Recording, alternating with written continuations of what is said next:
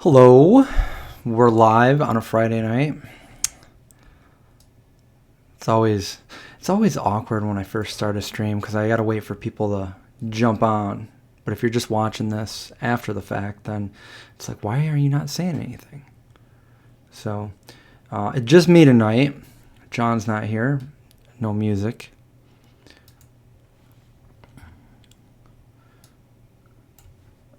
And we'll wait for some people to join us here.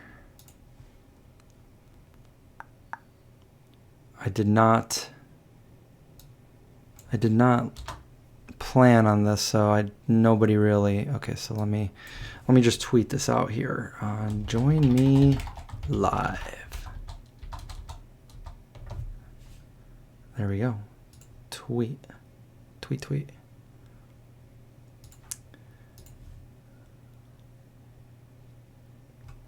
All right, so how's it going, guys? We're live. Friday night, got a new background here. Decided that, what am I doing? I'm broadcasting on YouTube live for you guys, and I guess we're just gonna talk about things. I'm not gonna do the t-shirt thing tonight, but I got a book right here of stuff I want to talk about, and I want to talk about the new video that I just posted a little bit. Hey Jessica, hey Edwin, Linda, Jose. Yeah, I always got to give it a minute, especially when I didn't let anybody know that I was coming on here, so I didn't do my little Instagram shout out. Let's see over here. I got a message from my brother-in-law. Gonna be doing a pizza party next week for my sister's birthday. Hi, Linda. All right, we have two Lindas on right now. Yeah, so how's everyone doing? Friday night, really hot here today. Rained a little bit. So I just posted a video. I don't know if you guys saw it or not, but just want to talk about it a little bit before I guess that's what we're doing here. Oh, I just got a message from my bro. What? That's funny. Okay, so I just posted a video about Carl Sagan, and it took me longer to edit this video and work on this video than any video I've ever made. I spent the last 4 days going through video footage and watching old episodes of Cosmos to find the perfect clips of Carl Sagan to put in this video. Now, I went to Ithaca, New York, Cornell, where he worked, and I showcase a bunch of the places that he was at, Cornell University, also where he used to live, his house, the fraternity across the gorge, and just talk a little bit about Carl Sagan, a lot of things that a lot of people probably didn't know about him. And the more I look into it, I haven't really watched Cosmos since I was a little kid. So the reason why it meant so much to me was because I used to watch Cosmos as a kid with my dad. My dad used to teach me about the stars, and he did that through not only engaging with me, but also through Carl Sagan. So I was always very fond of Cosmos, and when I got a little bit older, to find out that Carl lived not too far from me, and then when I got really interested in finding out more about it, of course, he had already passed away. So it was really cool to go to some of these places and see, like there was an old picture that is now on one of the Voyagers that is billions of miles. I think it's 11 billion miles from Earth now. And one of these pictures on the golden record that's going to be flying around in space long after Earth is gone is a picture from right down there in Ithaca, New York, and I have that picture, and I lined them up perfectly. The actual picture that's on Voyager, and then my shot of the same scene, overlooking the bridge. So that was pretty cool. Carl, his philosophy, he's very charismatic, and he made people want to learn more about science, which is more about us as a species.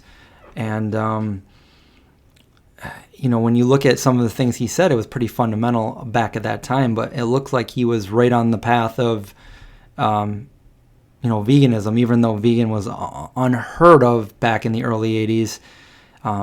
Being a vegetarian was as well, but the teachings that he had, and I put a few of those clips in the video, so it's not just about science. It's also, there's a vegan message in there, and it makes us reflect on who we are and what we're doing and what we can do. So he had a lot to do with all of us, really, because it was largely because of him that the Cold War ended. So I highly recommend going over and checking that video out. I put a lot of time into it. Just go over there, check it out, leave me a comment.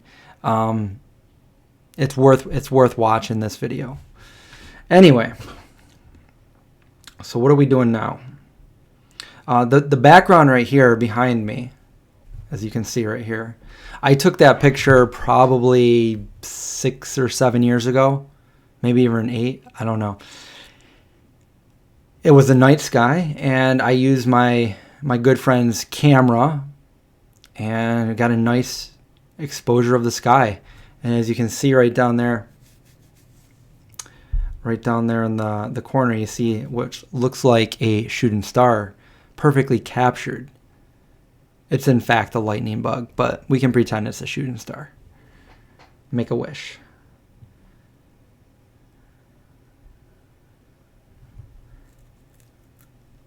Yeah. Vegan Brain says, too bad he wasn't vegan back then. He might have lived longer. He stood up for animal rights at the college when the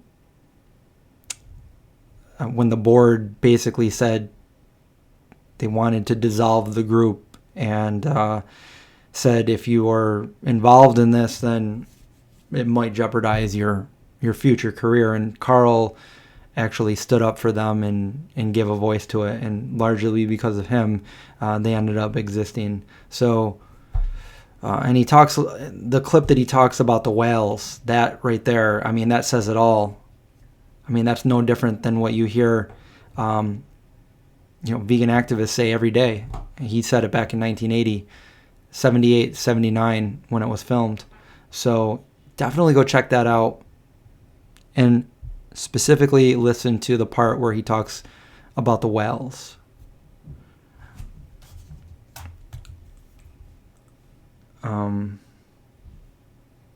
But yeah, he ended up dying. He had cancer, bone cancer, and ended up dying from pneumonia. So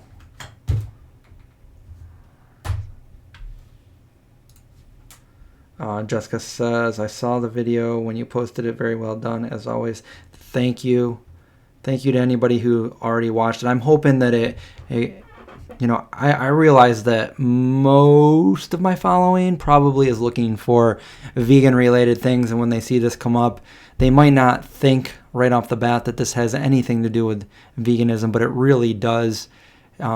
His teachings were of compassion and trying to make the world a better place and evolve our species rather than burn out in a flame, which is very possible if we keep going the way we're going.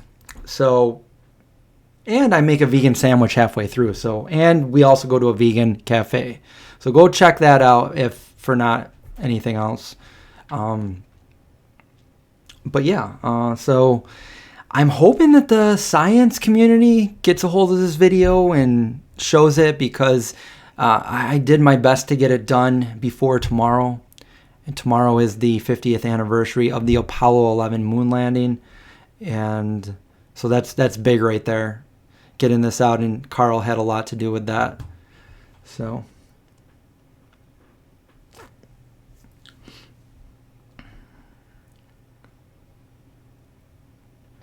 yeah, Marmaduke, I know. I realize that I'm doing this pretty late at night, but oh man, I've been working really hard on this video, like all the way till 2, 3, 4 in the morning each night. So even when I was done doing the live stream with John, I went right back to this video. And I mean, just sitting here like with the headphones on and watching old episodes of Cosmos, like every single one of them, going through everything that he says, and trying to find the perfect clips to put in the video. Very, very time consuming. So tonight I just kind of wanted to relax and chill out, but I also wanted to do a live stream on this. I might do a live stream on my main channel tomorrow, because I do have a vegan cuts box, which I always do at least once a month on the main channel. But I also wanted to do something tonight, because this is my Friday night, you know?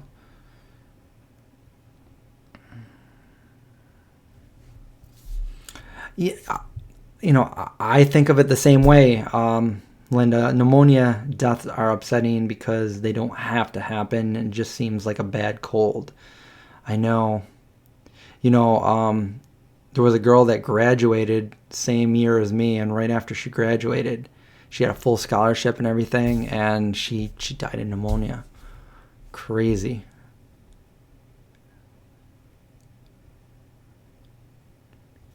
Vegan Tree Hugger says, I just finished watching the video and I'm going to send it to my granddaughter who loves anything space related. I have one question for you though. Where can you buy Good Planet cheese? Good question. I found Good Planet cheese at Wegmans, at Tops. I don't know if I saw it at Whole Foods or not. I don't have a Whole Foods near me, and I was at Whole Foods about a month ago with Craig. So, but I do know that, yeah, is it Tops or Price Chopper? Wait a minute. Price Chopper, and now I'm thinking. Definitely Price Chopper and definitely Wegmans.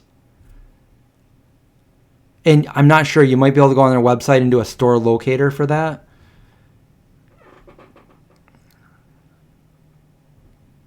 Vegan Brain says, Chris, ever see Neil deGrasse Tyson's version of Cosmos? Yes. Yes, I did. Actually, I actually told this story on one of my live streams, but as I said, I grew up watching Cosmos with my dad. That's, you know, one of the things we bonded on right there. And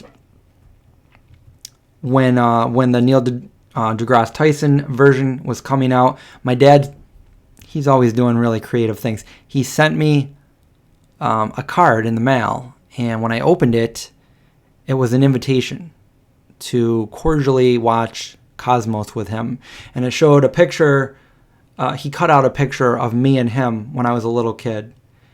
And he put Carl Sagan in it, and with the Cosmos background. And if I can find it, I keep everything. So if I can find it, I'll show you guys on another stream, but not right now. So that was cool. And that also leads me to another thing that I thought was funny, because when you watch Cosmos, or if you read the book, he really teaches, he really makes you want to learn about this stuff. And this is no joke. So it was about 1980, 1981. I was just a wee little kid, 4 or 5 years old. And my dad would read through this book, and we would watch Cosmos, but he had the book too.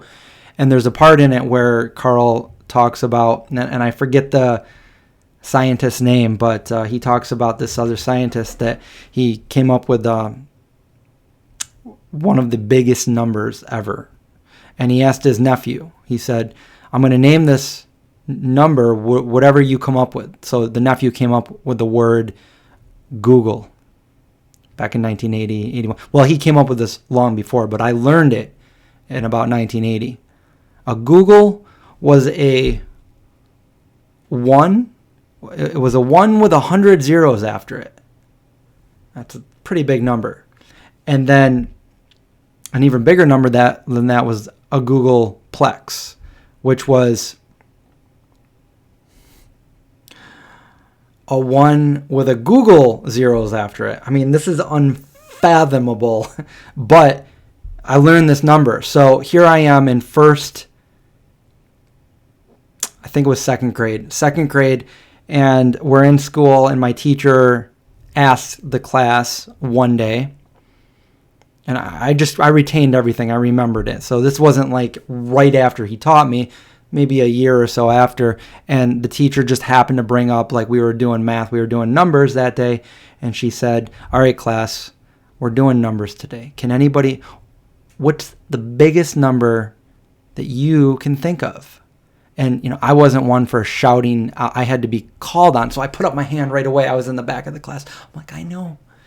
And then somebody said, infinity. And then she said, no, infinity's not a number. That's just never ending. That's not a number, though. And somebody said, 1,000,000. That's a big number, but it's not the biggest you can think of. Somebody said like 1,000,000,000, and another kid said 1,000,000,000, and I'm like in the back. I'm like, yeah. And she's like, Chris, and I'm like, a Google, and she's like, no, that's not a number. And she's like, don't just blurt out. I'm like, no, a Google. And I got in trouble because she thought I was just making some word up, and I was being a brat. And I was like, a Google. And I got in trouble. So, I told my dad, I'm like, I said the right answer, and I got in trouble. So he went in the next day, and he brought Cosmos and the book, and he set it down, and he opened it up, and he told my teacher to read right there, and she read it. And what do you know? I was right. She had to go up in front of the class and say, class, Chris was right when he said a Google, but that's way too big of a number for us to be talking about right now, so we're going to keep it down to, that was a true story. So I knew what Google meant way back in the day, and that brings me all the way back to about 10, 11 years ago. I was an executive at Target. I was an executive team lead of assets protection, so I was basically security. I installed security cameras and that, and there was a big meeting for the whole eastern region of the United States. And I went to this training seminar in Pittsburgh, Pennsylvania, and we're all dressed up in our executive clothes, and we're all sitting there at this table, and I'm with all these other ETLAPs, executive team leads, from all over the eastern region of the United States. But I just happened to be with one that I worked with in my local area. So I only knew one of them, but I was in a table with a bunch of them. And whenever there's lectures and stuff, I have a real bad problem of trying really hard not to fall asleep. And I'm just sitting here at the table, and I'm like, trying not to fall asleep. And our instructor is teaching us. I don't even know what he's talking about because I'm falling asleep. I'm trying not to fall asleep. And he's going on and on and on and on. And then he gets to this part where he says, a lot of times we hear terms and we hear words and we don't even know what they mean. For instance, the company, the search engine, Google. Does anybody know what that even means? And I'm like, it's a number. And he looks at me, he's like, exactly. Like, he did not expect me to know that. But what I knew that he didn't know is I knew exactly what number that was. He wasn't prepared. He didn't know how big that, he just knew it was a number. And I'm like, it's a 1 with 100 zeros after it. And he's like, good. And then my friend that was sitting at the table, he's like, pops his head up. He's like, Cooney, what the, And so when you learn something, you think, well, maybe this will never come in handy. But for me, it came in handy twice. My dad taught me that back in 1980, and it came in handy for me at least 2 times. Now, everybody's heard Google. A lot of people know what it means. A lot of people know that it's a number. And now all of you know that it's a 1 with 100 zeros after it if you didn't know already. And that's why that's why the search engine Google took the name, because it's infinite amount of results you can find. Okay, so now let's see. Yes, exactly. It was also spelled a little bit different. Googol, not LE.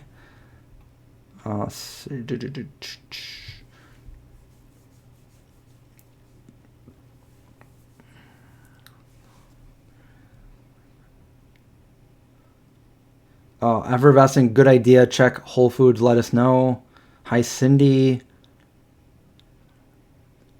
Marmaduke says, honestly, that video is one of the best I've seen in a long time. One could tell lots of effort was put into that one. I'll see ya maybe in the next stream. Awesome. Thank you. If you're still here, good night. But thank you. Vegan Tree Hugger says, thank you. It's freaking good, but I was told it's not in stores. Olive Owl, hi.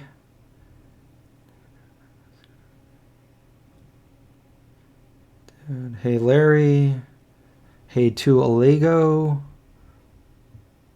Yes, Vegan Brain. Carl Sagan's voice is kind of hypnotic. He just had that charisma. He could talk about anything and just... Yes. I agree.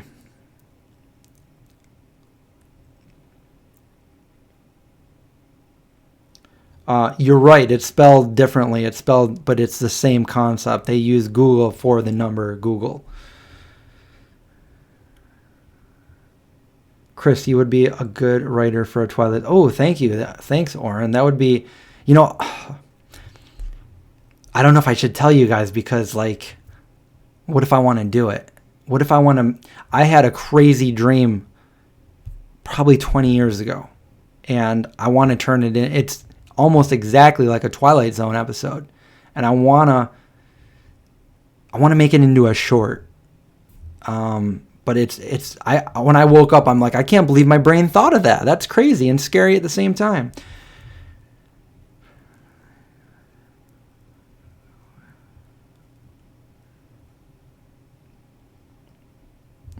I'm trying to catch up on some of these questions. Sorry if I'm just answering some now. There's also a tiny bit of a delay here. Produce Not Pill says it was 90 something here, 92 today. It might have got hotter, but I looked at the temperature when it was 92. Really hot. The pups are fine because I have central air conditioning. I did not have it last year because it broke, so I went all summer without any air. But when it got time for winter, you can tough it out in the summer, but when the winter comes, you kind of, at least here in Syracuse, you need to get heat. If not for yourself, for your computers and electronics and your pups. So I had to get heat, and I ended up getting the whole central air furnace, everything fixed. And, well, not just fixed, but a new one put in. The other one was it came with the house I bought, and it was from 1991, I think. So it had its days. So now I have central air, and the pups are fine. But they don't like to stay outside too long. So they like to come back in here where it's nice. They're spoiled pups.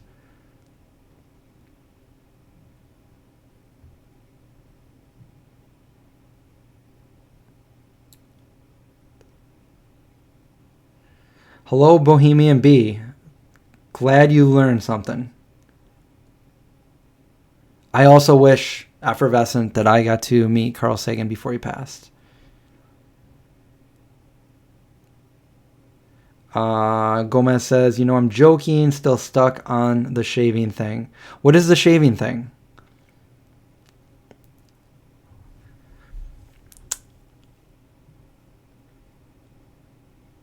Well, I'm not going to forget the dream I had because I had it like 20 years ago and it's never going away.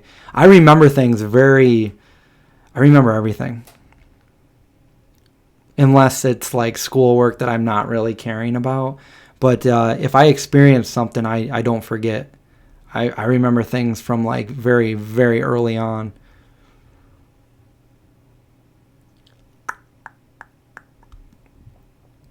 I actually, speaking of remembering things, I was subpoenaed to court on a shooting case about 13 years ago. And it was, I think, largely on my testimony, the outcome of the case, because I remembered every detail of what happened. And the DA tried to trip me up. Yeah, so What I don't remember is when schoolwork and stuff. If I'm just sitting there and like, oh, I wasn't paying attention, so I don't remember it. That kind of thing. If I'm reading something that I don't really, not interested in, don't really remember it.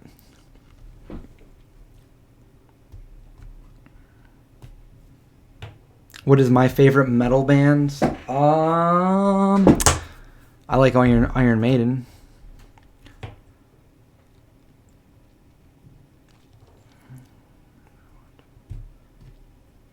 I like In Flames, but is that considered metal? Under Oath.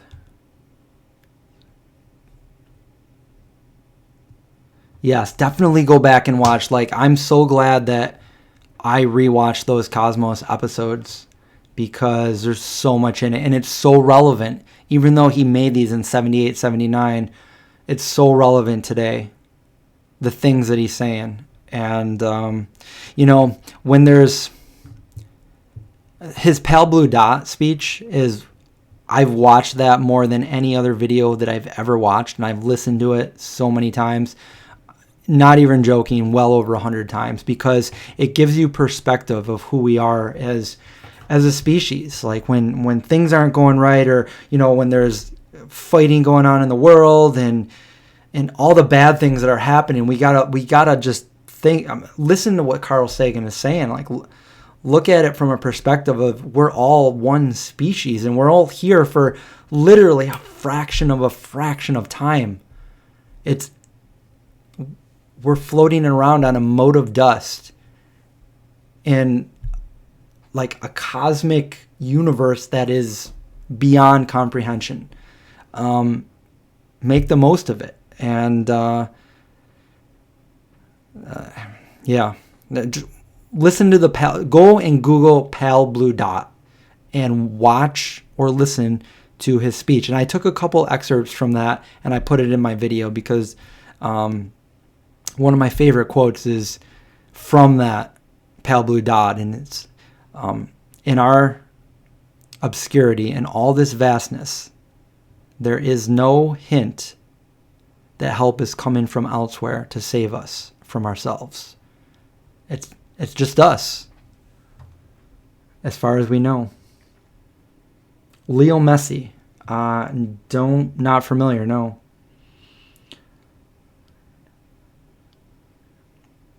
Vegan Tree Hugger says, I love so many of your new videos, but to be honest, I miss cooking with the vegan zombie.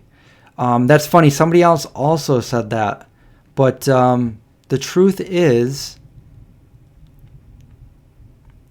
4 out of 5 of my last videos deal with food. 3 of them are recipe videos. So we're still cooking, still making food for you guys. One of them's a taste test video, so that's not a recipe video, but it's still involving food. But the truth is those videos that I put a lot of work into, they don't get any views anymore. Something has changed with YouTube, with the algorithm. I'm not sure, but I put the most time into those videos, and those ones are the ones that don't really get a whole lot of interaction, and so that's mainly why I changed that. I gotta figure out something else to do if nobody's watching my videos. So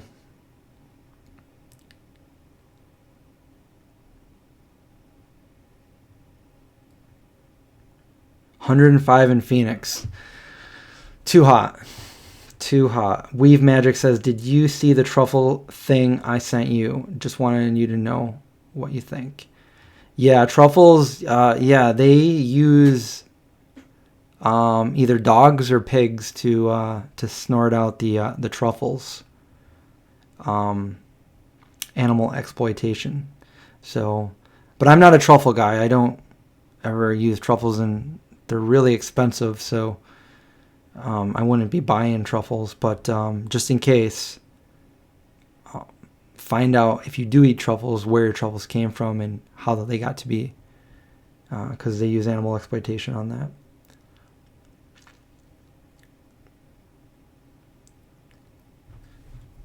Tell us about my testimony. All right, I'll tell you about the testimony.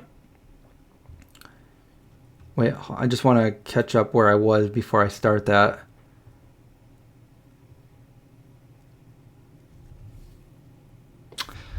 Alternative Vegan says, have you heard about the band called Architects? I want to say I've heard of them, but I can't be sure. Like, I think I've heard of them, but I've never heard their music.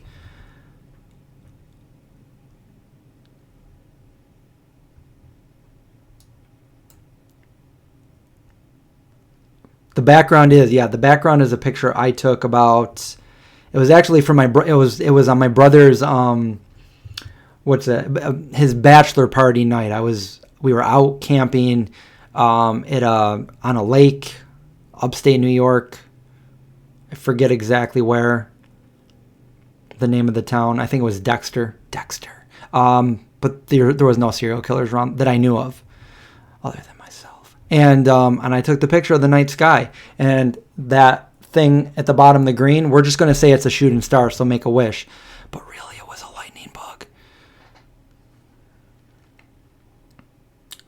Oh yeah, link to my video. Oh, and while we're at it, let me just show you the thumbnail that I made for the Carl Sagan. So I used the same background for this Carl Sagan here. And I took a picture that I liked. This is a picture straight from Cosmos when he was a little bit younger. Well, we were all a little bit younger at one point, right? I found this a Cosmos-styled font that I used for the Carl Sagan tour. As you can see, Carl, it looks like it's got 2 A's, but that's actually an R, Carl. You guys could probably figure that out. Down below that is a picture of the golden record. For those of you that don't know, there is a golden record on Voyager. Voyager was a satellite that was sent out shortly after I was born, 77, 78. And it has now passed our entire solar system and is now into deep space. It's about 11 billion miles away right now. The funny thing is I could ask Siri how far away Voyager 1 or Voyager 2 is, and Siri will say, as of July 12th, 2019, Voyager is 11 billion 500 million miles from Earth. Whatever, that's... And on that record is everything about the human race that any extraterrestrials would, learn about us. It's got music from different genres and different ethnicities all over the world. It's got people saying hello in every single language. It's got that picture that I have in it of, it's got all kinds of pictures really in it. I think an hour and a half of music, and it's got like the building blocks of life here on Earth. And it will stay preserved for billions of years. So after the Earth and the sun in our solar system has collapsed and dead, it will still be out there. If it hasn't been intercepted by any of extraterrestrials, at that point it'll still be floating around in space forever. Over here we have the moon, which we have tomorrow marks our 50-year anniversary for the Apollo 11 moon landing. And then up here on the corner, I kind of did a little bit of Photoshop with it, but this is an actual picture from the little obelisk in Ithaca, New York, that has the star stuff in it. At the top, it has a model of the sun, relative size, and as far away from it down the walkway, it's got all of the planets relative to how far away they would be. And it's really incredible because the sun's about that big, and then it shows how big Mercury and the Earth and all the planets are compared to the sun, and literally it's like a pinhole. That's how big Earth is, and it's all the way down. It's like a 15-20 second walk away, but you think it's like a little pinhole all the way far. That's relative to how far we are. We're 93 million miles away from the sun. And it talks about star stuff because Carl Sagan talks about that in Cosmos. It's one of his famous lines. I mean, we were all made from star stuff. Every part of our body, every atom that exists was forged in supernova red giant stars, and that's all the elements that we're made of. So enough of that nerdy stuff. Let's go back over to my live stream. Okay, so I probably missed more questions here. If I missed your question, just ask it again. I'm sorry.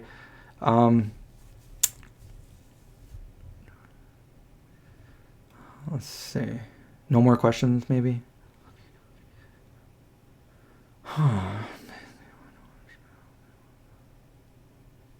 Oh yeah, I got to get back to. I'm going to tell you guys about the subpoena thing.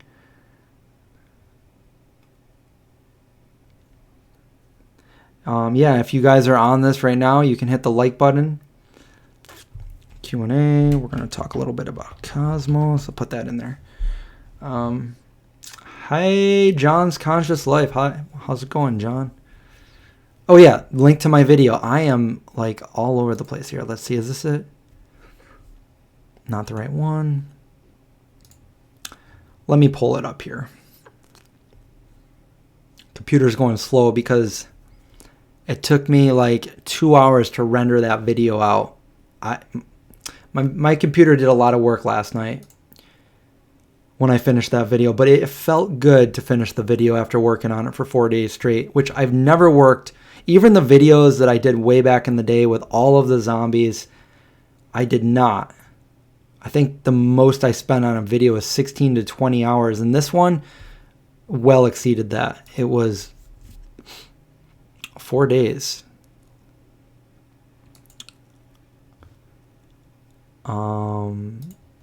Just let me grab the link right here. This is how long it's taken me, sorry. Okay, copy the link back here, and there is the link to my video.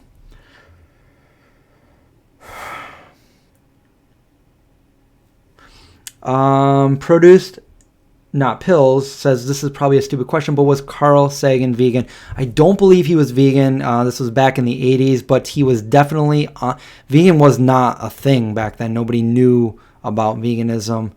But if you watch my video and you listen to the things that he talks about, he was definitely on the way to veganism. He says a lot of things about the way we treat not only other humans, but other animals, other beings on our earth, about what would extraterrestrials think of us if they came here and they saw the way that we treated the animals. He talks about that back in 1980. So I think he was on his way to being vegan. That is a question that I asked myself.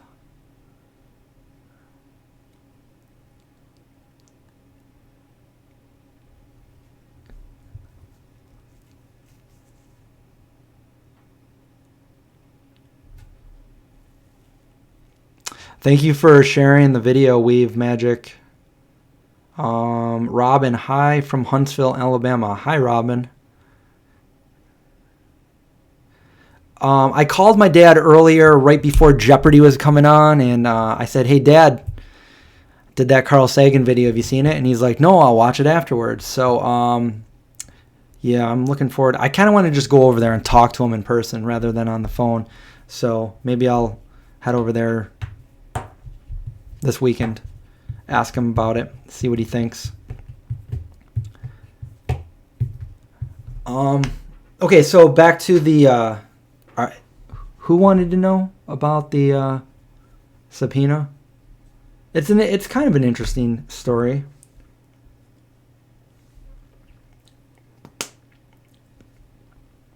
Produce says, I'm glad you're streaming tonight. It's too hot. Gotta stay cooped up inside with the dogs. Yeah, it's hot. I like to go out around this time and just like walk around. Okay, so there I was. It was 2006, August 24th, going into August 25th. It was my friend's birthday. That's how I know. I went downtown Syracuse. I don't drink and I don't like going to bars, but it was my friend's birthday, so I awkwardly went to a bar with him and all of his friends. And they were drunk. I wasn't drunk, and there was a magician there. Not for his birthday. There just happened to be somebody there that was doing magic tricks, and he was like blowing their minds. And my buddy says, hey, do that trick with him because he's the only one that's sober to me. And I'm like, all right. So he does this trick with me, and I'm like, I couldn't believe it. He did it right, and he took this rubber band right in front of my eyes, took the rubber band and departed them. And I was like, how'd you do that? Magicians only do it once. So I was like, I can't believe that. I just watched that happen. How'd you do that? I since watched the trick. I know how to do the trick now because I was obsessed, and I like to do magic as a child myself. But he basically had like these two rubber bands like this, and then without doing anything, he just kind of took them apart. And I was amazed, but I was like, because I was holding one of them. I'm like, there's no way he got around this because I'm holding it. But he did it. And so anyway, long story short, no, we can go long because this is a stream, right? I'm supposed to tell a story. So my friend's continuing to drink and everything. I'm hungry, and I have like another friend that was down there with me that was also vegan and straight edge, not drinking. And we wanted to head over to see, because I don't usually go downtown, but there was this one place way back in the day that we used to go to where we would buy tomato pie, vegan pizza with no cheese, and we wanted to head over there. It's about 1:30 in the morning now, so everybody's drunk and kind of getting rowdy. And we go over to down the street. It's called Armory Square here in Syracuse, New York. And we go over to that pizza place, and we're in there, and just they were only making what they had because it was so busy. All the drunk people were coming. I'm saying drunk people, all the people that were drunk were going in and buying pizza. And they said they didn't have time to make extra cheese pizza. They couldn't make they weren't going to make pizza for us. So we got out of line and we went back outside.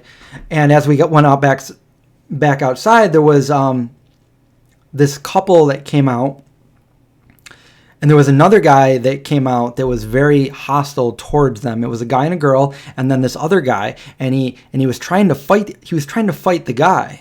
And the guy's like, I don't want to fight you. I don't want to fight you. And he's like, he kept getting in his face, and, he put his hands up, and he takes a swing at the guy, and the guy takes out a can of pepper spray and pepper sprays him in the face. And then him and the girl walk around him, and they start walking down the sidewalk. And I'm just like, I'm watching everything. I'm watching every little detail that's going on. I'm like, oh, wow. And then the guy that he got maced in the face, he's sitting there in the middle of the road. The road's closed off because it's if you know Armory Square, if you want to Google it, it's Walton Street, and it's the street where it's blocked off at this time of night because that's where all the bars are, and so cars don't really go up and down it. Sometimes they have taxis. I don't know. But there was no cars going down. It was just him kind of crouched down in the road with his eyes like this, and the other two are walking. And I'm like on one side of the street, and I'm watching them walk pretty much directly across from me. And then he's trying to open his eyes, and then another guy comes out, this other really big guy, and he's like, what happened?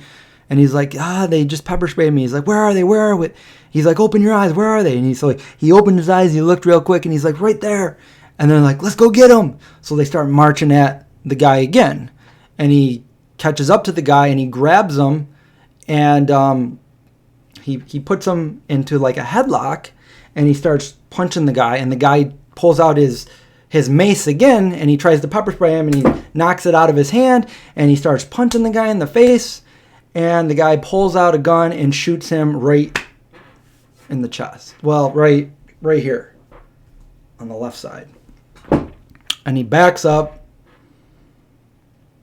and he starts to kind of wobble like this, and he kind of just walks out in the middle of the road. And me and my friends were there, right there, and he kind of just like kneels down, and then he lays down on the ground, and my friend kind of just like, grabbed his head and basically looked at his wound. It was like one side, and I believe it was right out the back. So he's like, you're going to be okay. You're going to be okay. And the other guy that shot him, he disassembled his gun, and he sat down on the steps like this. And then the cops came, and I watched the cops run over and arrest the guy and put him in a car. And now there's cops everywhere. And I'm just kind of just standing there. And ambulance come and they take this other guy away that got shot. And the cops were talking to the other guy that said, let's go get him. And he's telling them, and I'm listening, and they're all telling the cops a story that didn't happen. They're all lying. And everybody down here is drunk, except for me and my friend. And people are saying, every side of the street, people that weren't even watching anything, were all saying that this guy was waving a gun around and shooting at people, and he shot this guy, and he provoked it. And I know that that's not what happened. But it seems like everybody else there was giving the cop false information. Like, oh, yeah, we saw him waving a gun. He said he was going to shoot him, and then he shot him. None of that stuff happened. So the cops were taking information from everybody, and I kind of like said, hey, and they said, nope, we got all that we need. They didn't even want to talk to me. And then I saw somebody that I went to school with. And he's like, hey, man, he didn't remember me, but I remember everything. And he said, hey, did you see what happened? I'm like, hey, Brian. I'm like, we were in Carl Sagan. We were in science class together, 10th grade. He's like, oh. I'm like, yeah. He's like, did you see what happened? I'm like, yeah, I did. And he's like, can I get your name and number and like, for, in case I need it, because the guy that shot him is my brother. And I'm like, oh, it was? I did not know anybody involved. I'm like, okay, yeah. So I gave him my name, my number. And about a month later, a private investigator contacts me and said, hey, he's being charged with like aggravated assault and attempted murder, and he's looking at a long time in jail. And this guy's a good guy, he's a family man, he's got a job. The reason he was carrying a legal gun, he was registered to carry a gun because he was attacked a few years earlier and he was stabbed, and he has a plate in his head, and when the guy was hitting him, he feared for his life that he possibly could have hit his brain, and he could have died. So he feared for his life, and that's why he used the gun when there was no other. I mean, if you could take any kind of self-defense situation, that was it. He did not want to fight. He used pepper spray instead of a gun, and then when it came down to it, he used a gun. So I told the investigator what I knew, and then I got subpoenaed to court, and I went to court, and everybody was saying like all this stuff that didn't happen. So they asked me, and I told them what I just told you. And then the DA said, okay, so this is what happened.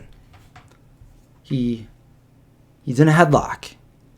And he pulls out the gun like this, right? And then he shoots him. And I'm like, well, he pulled out the gun with the other hand and shot him. You pulled it out with this hand, he used this hand. So I knew every detail. I remember the clothes that everybody was wearing. And that's hard for a lot of people to do, like to recollect the exact clothing and what was going on of an incident. So yeah, I knew, I still know. And he did not end up going to jail because of that. And years later, I saw him on Facebook. And I didn't know him. I only knew his brother. And I reached out to him and I said, hey, are you Brian's blah, blah, I won't say his last name. I go, are you Brian's brother? And he said, Chris, I've been wanting to reach out to you for so long. There's not a day that goes by that I don't think about the awful thing that happened and know that, because of you, things turned out well for me, and he didn't end up going to prison for a long time. I mean, very, very minimum, he was looking at 10 years. So I've never talked to him except for that one time on Facebook, and he said, yeah, I'm so grateful and thank you so much for what you did, because nobody else, I mean, that's scary. Things can go down like that, and today there's cameras everywhere. But it was only like 10, 15 years ago that we didn't, people didn't just always have a camera to take out and have everything. And there's things that go unnoticed, and there's things that people, something happens and everybody sees it differently from the truth. And that was one of those instances. So, yeah, so that was something that I felt good about it. And I do know who the other guy is now, and he's been in trouble with the law several times. In fact, I think he did a robbery after that. So he was, yeah, not. So I probably missed a lot of your questions. Oh, not too many. Who do we get? We got 51 people in here tonight. Are you doing the alien stories on this stream, or are you doing that with John? I guess I could tell you guys the alien stories. Don't think I'm crazy. I'm only going to tell you guys the truth. And like I said, I can recollect a lot of stuff. I see it all up here. I've got like a photographic, not like an audio memory, but like it's like a photographic. Like I can see things, like I can basically remember almost everything that I've experienced. If I've experienced, I can almost remember most of the details, unless it's something that I'm just not really caring about. But if it was I remember where I sat in the theater when I saw E.T. in 1983 too. See, sometimes the numbers of the years and stuff. I'm really good with the numbers though. When a story starts with a magic trick. Oh, man.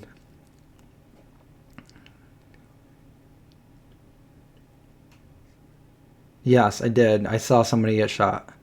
So I'm way back on the questions here. Yes, that really happened in 2000. I think it was 2006.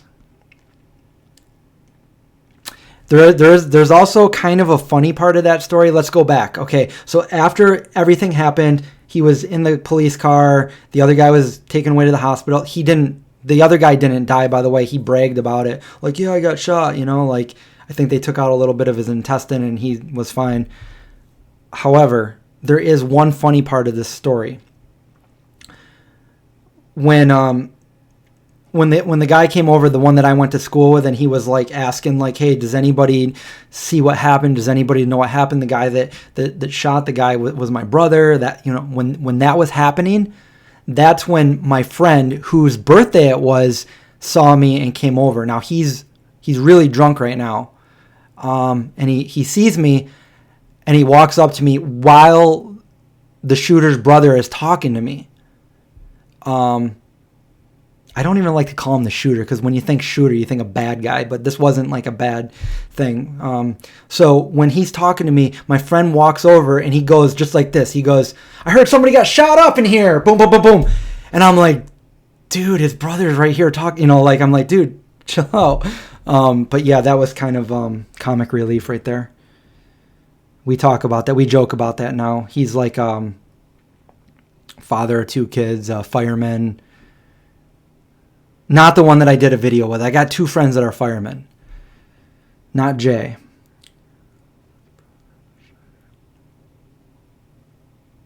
No. My high school classmate's brother shot the other guy. That was it. The guy that got shot had it coming.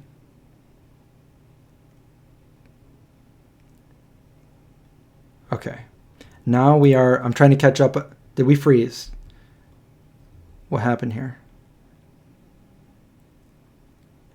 I don't think that okay, so Vegan Brain says, I wonder why everybody lied, where they were. Okay, I don't think it was like a case of everybody. I think his friends lied, but I don't even think his friends really lied, because they didn't see it from the beginning.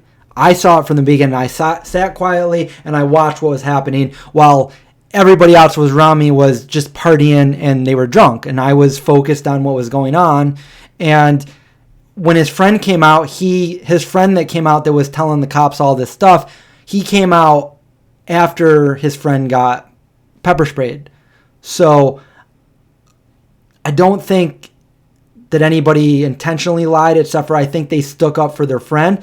But the other people that were in some of the bars that weren't even there when it happened, they came out and they were talking to the police. And I know this because I was acquaintances with some of them. I wasn't really friends, but I knew who they were. And I knew that they were telling the cops that he was waving the gun around. And I'm like, that didn't happen. Why did you say that? And the cops believed this guy because he was like EMT. So he was like, yeah, this is what happened. And the cops, they're like, we got everything we need. You know, we don't. I'm like, but I know what I saw. They're like, we don't need any more testimony. So I'm like, all right. That's not even the worst thing that happened that night that I saw. We'll stop right there. Yeah. Weave magic. That's basically what my friend said. He's a poo-poo, you know, like...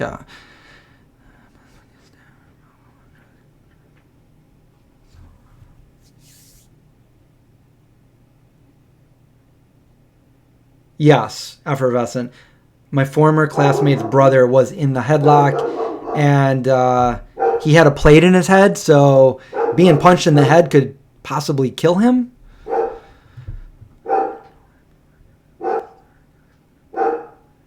Well, when I explained it in the court, everybody was kind of...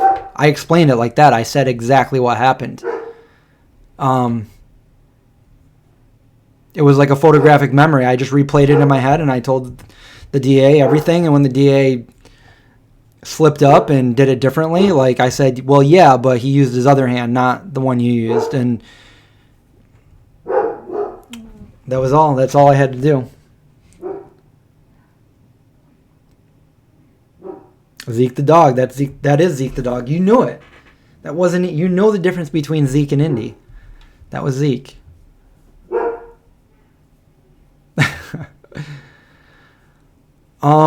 So, you know, I can go one of two ways now. We can talk about the other thing that happened. We could talk about the alien stuff, or we can talk about what I thought I was going to talk about over here. What's in this book. So 1, 2, or 3. You guys choose. It's like a choose your own adventure. Produce. That was Zeke, not Indy. Indy's the good boy. Zeke's not the good boy. And when I say Zeke's not a good boy, like, I'll tell you why Zeke's not the good boy. Well, for one, in certain situations, he likes to attack Indy. And I don't like that. Most of the time, he's good. But if they're ever near a door together for any reason, he straight up attacks. He's half the size of Indy, but he attacks him. And I don't like that.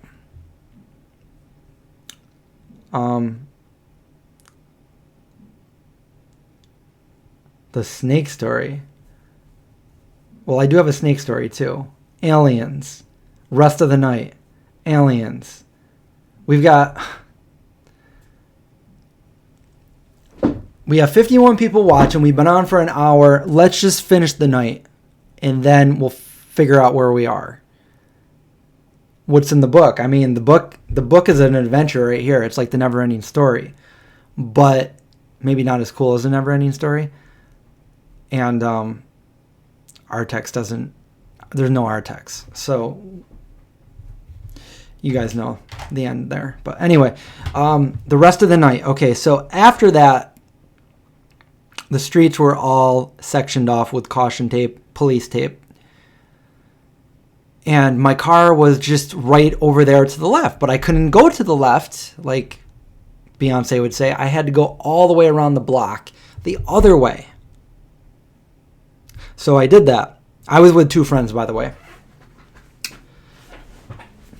So we walked around the long way.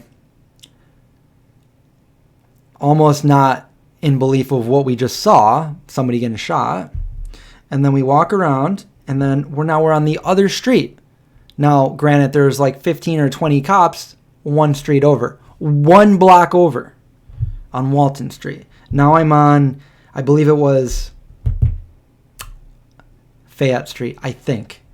And we start walking, the direction of my car. And I see at the very end of that block, at the corner, I see this kid like start shouting things at somebody else that I couldn't see around the corner. And then he pulls off his shirt and he's ripped and he's like, come on. And he disappears around the corner. And I'm like, look at my friends. I'm like, oh my God, more action tonight. So we run down there to see, is this kid going to fight somebody? So we run down there and this kid is so drunk. And he's a big dude and he takes off his shirt and he's trying to fight a homeless man wearing kind of like a purple suit. Not the Joker, but this homeless man. And he's like trying to fight him. And then this other guy who's probably in his 50s but very well in shape sees this kid doing this. So he walks over and he pulls his shirt off and he's even more ripped than this kid. And he's like, come on. And like the kid. So this dude sticks up for the homeless guy. And then this other kid, he sees the other guy and in his head, he's thinking, and he's really drunk. In his head, he's thinking, I need to turn around and run because I'm not going to fight this guy. He's way too big. So he turns around and he tries to run across the street, but he's so drunk, he's tripping everywhere. And then the guy comes up and attacks him and throws a punch at him. And he goes right down to the ground. And then another guy comes over. This is pretty graphic. If you don't want me to talk about it, just cover your ears real quick. But the other guy jumps on him. And then there's all this yelling. And then they go away. And I remember to this day, the actual guy that did it. We walk over. They all run away. And we walk over to this kid. And he's completely knocked out. And I look down in his head. And I've never seen this. I've only seen this in movies like Dexter. But I look down. And from his head, it just starts spilling blood like that fast. Just a pool of blood just starts spilling that fast out of his head. Now, I know there's like 15 or 20 cops on the other side, so I run with my friend as fast as I can to the cops. And I said, somebody just got beat up. His head got cracked open. He's bleeding really bad right over there. And I'm like, you need to go fast. We're like really fast. And they did that. So there was that. So yeah, I saw a shooting and then I saw that, which I think that was worse because at the time I was working, like I said earlier in the video, I was working as security for Target. So I dealt with the police a lot and I was friends with one of them. And I asked him about this incident. I'm like, did you hear anything about the incident in Armory Square? He's like, oh, yeah, that kid, a piece of his skull went into his brain, and he's kind of like a vegetable now. Alcohol, getting drunk, doing stupid things, ruined a kid's life. Yeah, so I'm glad I don't drink. But those are two things I witnessed on the same night. Yeah, it seemed like a nightmare because most of the time it's pretty chill down there. Pretty chill.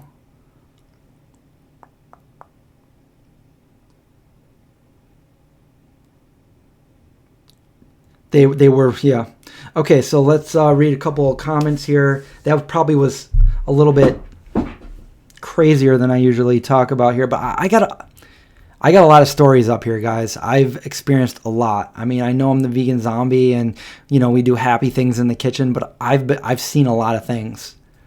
I'm sure a lot of you have too, but the never ending story. Yeah. Now that's a good story.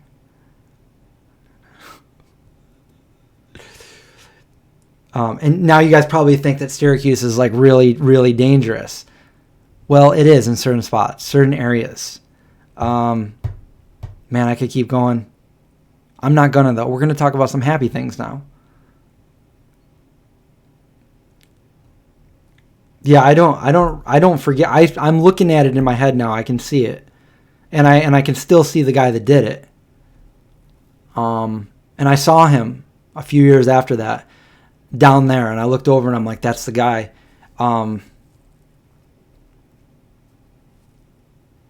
Do Do you guys remember the pro BMX rider Dave Mira? He went to school with me, and I knew him. Not very well, but we were friends. And that was the last time I saw him. If you guys know who Dave Mira is, he was one of the most decorated X Games BMX riders. And I remember growing up watching him ride his BMX. And I rode a BMX too, but I was nowhere as good as Dave. And, we hung out a few times, and that was the last place I saw him. He ended up committing suicide a couple years ago. Man, I just have no good news, do I? I'm sorry. Parth Partel, are you religious? I'm not religious.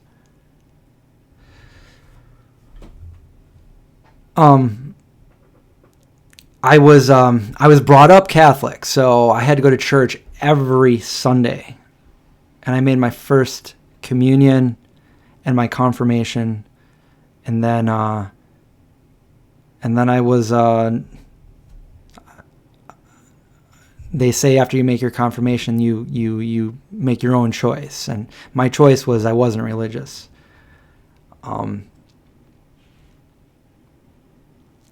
But I saw something Carl Sagan said in a quote yesterday when I was putting this video together, and it made me rethink something. Now, I always tell people I'm atheist because I don't believe in God. And I was pretty sure that Carl Sagan, there's different things. Carl Sagan has said that he was atheist, but there was something else that he said. And he says that he can't claim to be atheist because extraordinary claims need to be backed by extraordinary evidence. So there is no evidence that there is a God, true, but there's also no evidence, there's no extraordinary evidence that there's not a God. So that makes a lot of sense. So I still believe what I believe, but if there was some evidence, then yeah, obviously I would change my mind. So I don't know if that would make me agnostic or what. All right. So I'm bringing people down. I don't mean to be doing that. We need to bring people right back up because there's a lot of let's think of some happy things, okay? Let's see. David Muir is from Syracuse. Yes, he is. David Muir. There's a lot of people. Tom Cruise, Syracuse. Chris Cooney, the vegan zombie guy, Syracuse. I mean, come on.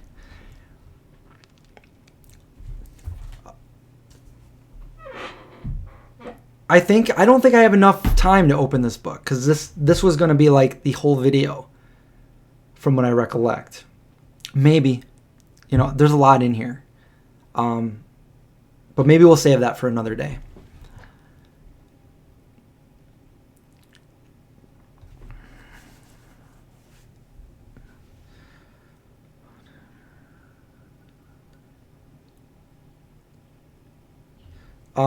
Dave Mira, again, was a pro BMX rider. One of the best. He got all the gold medals at the X Game. He was the best. And he went to school with me. I remember. Okay, here's something. I remember Dave Mira in high school. It wasn't even gym class. I think we were in the gym after lunch. People would go in the gym and play basketball and everything.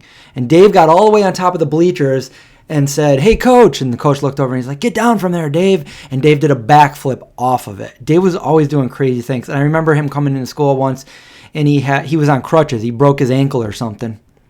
And what was he doing on his crutches? He was doing 360s down the stairs on his crutches. He was going and just jumping off the stairs with a cast with his crutches.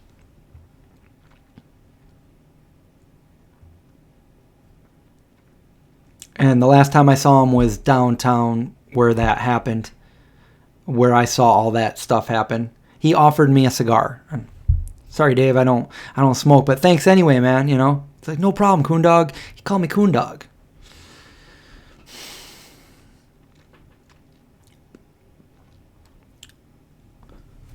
We got 57 people on. What are we going to talk about? We've talked about Carl Sagan. We've talked about the shooting that I saw. We've talked about what's in this never-ending story over here. Oh my God, Oren, that's seriously, you're awesome. Thank you for the super chats. Thank you for the donation. That totally means a lot. That's a big donation. Thank you, seriously. Yes, he was on MTV as a host. Well, what happened was, I forget what the disease is called. They say some of the football players have it, but he was an extreme. He would always look for like extreme things, and he did everything he could with BMXing, and then he started trying being a triathlete and stuff like that. He was always trying to push the limits, and after he was done biking, he wasn't getting satisfied or fulfilled. And there is a disease from like when you hit your head a lot. Football players have done it, so they've actually identified this as a disease, and it made him like not want to. I mean, he lived life to the edge. He was doing some crazy extreme things that most people would be afraid to do. I mean, he's the first one to do a double backflip on a BMX. He was at his friend's house and he left, and he went. He didn't even leave the house. He just went into his car, and you can read about it. And there's always dumb anti-vegan arguments. I think I just told you guys the latest one. Damage to, yeah, that's how he did it too.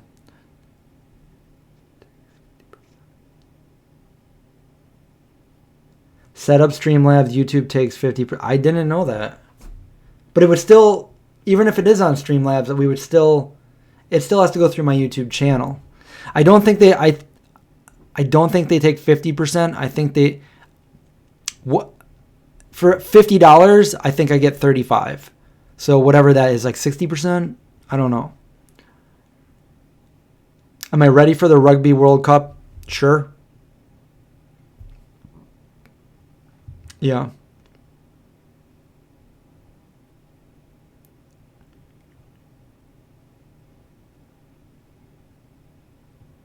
Jessica says, I don't know if this is the same other places, but in South Carolina, Coondog is referring to your red hair. I don't think so, because my last name is Cooney, so people called me that.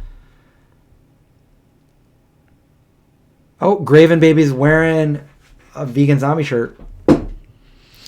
I was wearing a different shirt earlier, but it was like not working well with my green screen, so I changed it. 70-30. John says 70-30. John, you run all the time, right? I've been running a lot too. In this heat, it's crazy. I've been going mainly with Craig. I might go tonight. They take 30%, you keep 70%. That's pretty decent. I think on actual YouTube earning, maybe the live stream is like that, but the actual YouTube, I think it's 60-40. Maybe I'm wrong.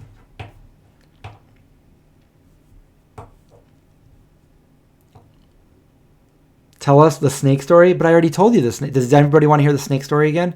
And are you talking about the snake story that I told last time about how I caught that snake when I was younger? Yes, it's hot. Do I watch Sean Dawson? I don't know who that is, but Shane Dawson's birthday is today. Found that out. Let's see, I got a text over here. Let's see if anything I can update you guys with.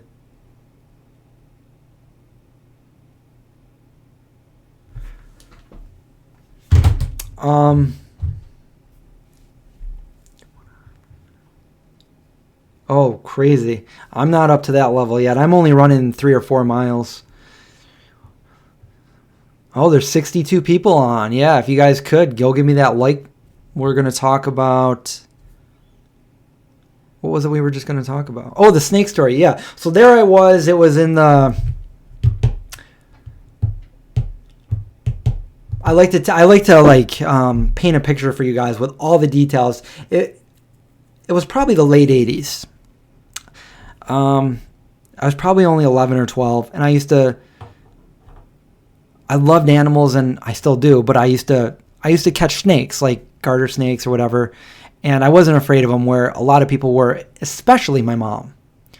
Even if I pretended, I had a Play-Doh snake once. I'm like, Mom, look at this. And she screamed, like the whole neighborhood heard her scream. And I got in trouble. But I used to catch these snakes, these garter snakes, and I'd let them like crawl on my shoulder and walk around with them, like that kind of thing. I wasn't afraid of them. And this one day, I caught a snake that was a little bit different color, a little bit bigger, a little bit more aggressive than the normal snake I catch. And I put him in the one of those white pails. And normally those garter snakes, they're fine, and they can't get out. They would just like kind of sit there. But this one, he was like trying to get out, so he'd like try to jump up, and I kind of just like push his head back in so he wasn't going to get out. As this is happening, I'm in my front yard. My dad is mowing the lawn on a summer day, and I went down to move the snake's head, and I pulled my hand back, and it bit me right there on the finger. But it wasn't like a snake bite. I think because I pulled my hand back so fast, it was a slice, big slice, like a razor blade just cut my finger open. And I was like, oh, what weird, why is the snake so bad? And then my arm started feeling like it was going to sleep. That tingly feeling when your arm goes to sleep, that's how my arm felt. And then I put two and two together, and I'm like, wait a minute. Is that a poisonous snake? A venomous snake? So I run over to my dad. Hey, Dad. What? Turn the lawnmower off. Okay. The snake just bit me. Yep, maybe leave him alone next time. I'm like, but Dad, my arm feels like it's going to sleep. I think it's poisonous. I don't think it's poisonous. Maybe. You'll be all right. Keeps mowing the lawn. I think I got a little bit of that venom in my arm from that snake. It didn't bite me straight on, but I stopped catching snakes after that day.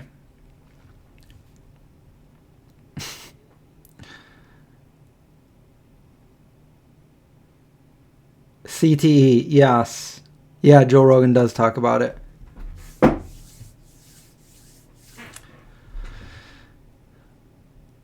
That's my snake story. I'm sticking to it.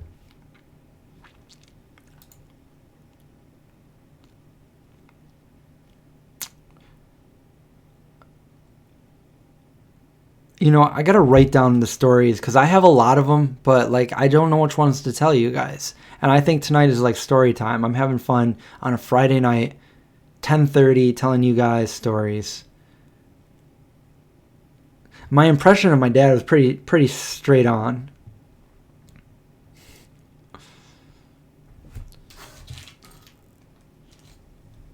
Okay. I feel weird telling the alien story, but I will tell it. Alien story. Okay, you got to understand here. I'm not scared of snakes. I just respect them. I don't want to get near them. You guys want to see the snake that they just found in a lake right down the street from my house? Google Onondaga Lake snake. They just found it a couple weeks ago, and we've never found snakes like this up here in this region, but they found a snake that thick and 6 feet long. A bunch of joggers did down Onondaga. That's where me and Craig go for runs.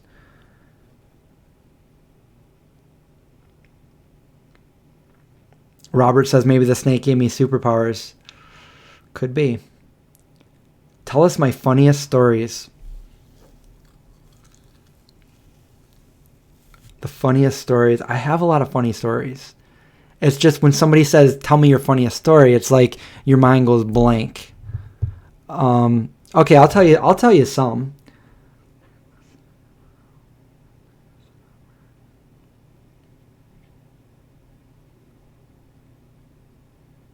John. A 6 foot long boa. Wow.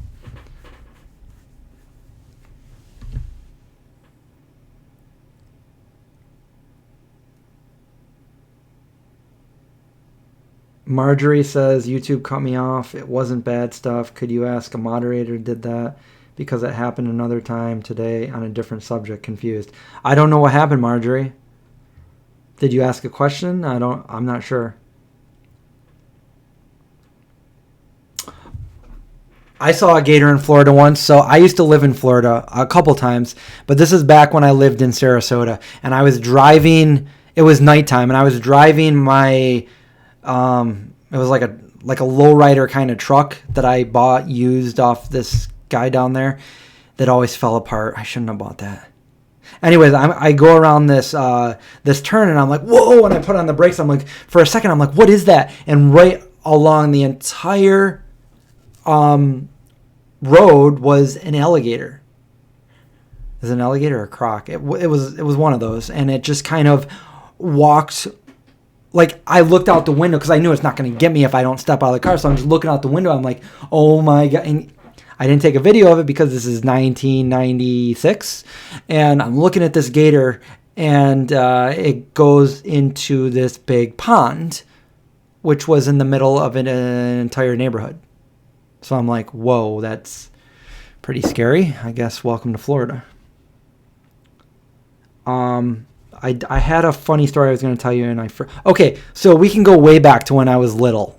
I mean, those are a lot of my funny. I have a lot of other funny stories, but I'm thinking, my parents told me, they brought me up right. They said, Chris, treat people the way you want to be treated. And I'm like, okay, 'cause that's what most people say, Don't say something to somebody if you don't want them to say that to you. So I kind of took that whole rationale. If somebody says something good to me, I say something good to them. I'm in kindergarten. I know the exact day, January 25th. That would make it 1980? Yeah, 1980. You want to know how I know that? Because that was my birthday. And I was in kindergarten, and the principal came in my classroom. And he was talking to my teacher, Miss Lally. And she says to him, she goes, it's Chris's birthday today. And he turns over and he looks at me, and he had some papers in his hand. Like, oh, happy birthday, Chris. And the first thing I thought is, he just said something nice to me. I need to say something nice to him. And I said, happy birthday to you too. And then I realized how stupid that sounded because it wasn't his birthday. But I already said it, and I felt so stupid. And he kind of just laughed at me. And looking back now, you'd expect that from a little kindergartner. That's fine, But in my little kindergarten head, I was like, I can't believe I just said that. I sound so stupid. Everyone's going to think I'm stupid. I'm going to be made fun of. He's going to remember that the rest of his life. And those were the things that went through my head. And that reminds me of another. I was at the grocery store with my mom,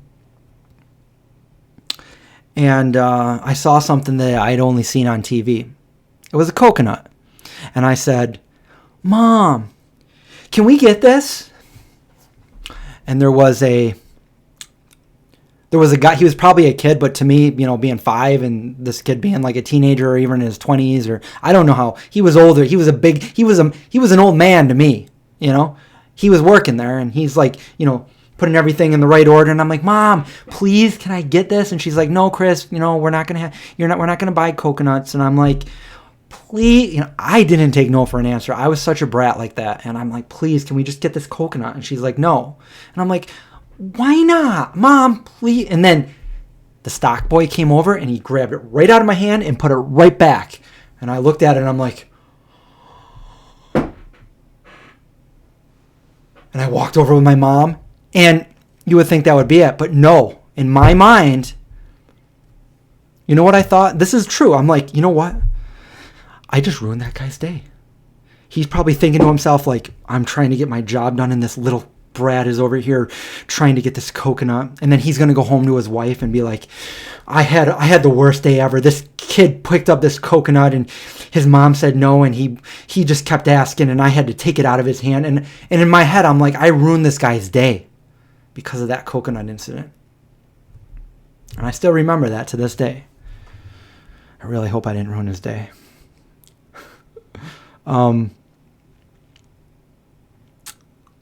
Yeah. What else? Oh, I got another one. I just told the story the other day. Gator broke into an old woman's house down in Tampa not long ago. That's not fun. I hate it when gators break in my house. Man.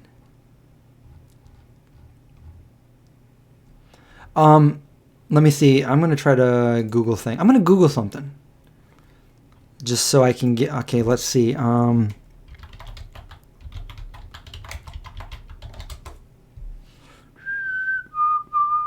going to go way back here. And some of you guys probably... I'm trying to see if I can find what I'm looking for.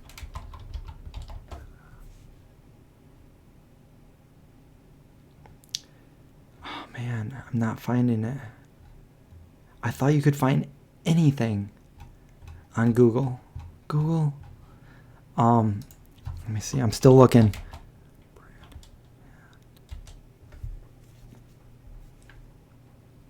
Come on, man.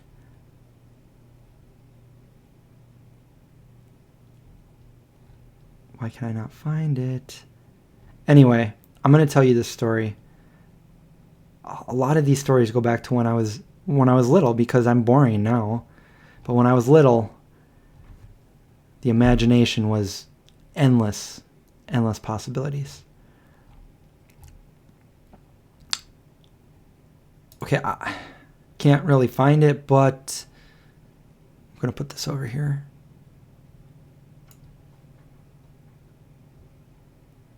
Okay, does anybody here remember the movie Beastmaster from the 80's?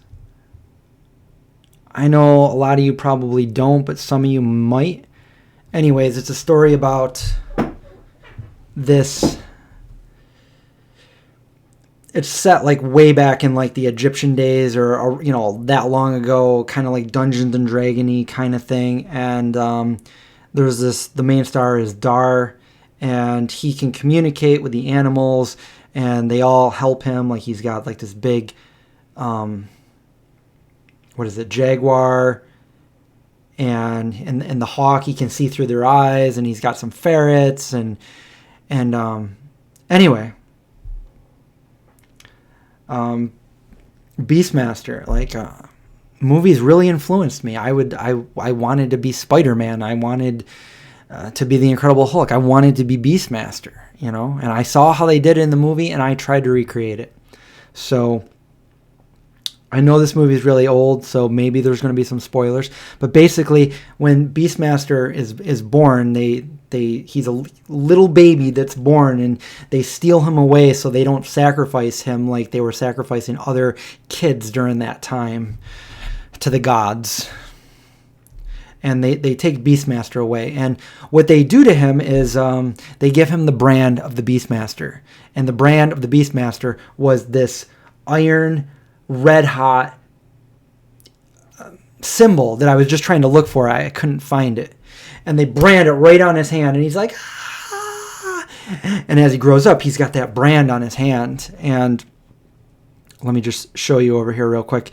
So this is Beastmaster, and his name is Dar. And he's the Beastmaster. It's a cheesy, really good movie that I loved as a kid. And this is funny too. The guy that did it is Chef Chloe's father, Chloe Coscarelli. If you guys know Chloe by Chloe, the restaurant by Chloe, and the cupcake winner of the Cupcake Wars and stuff, that's her father. So anyway,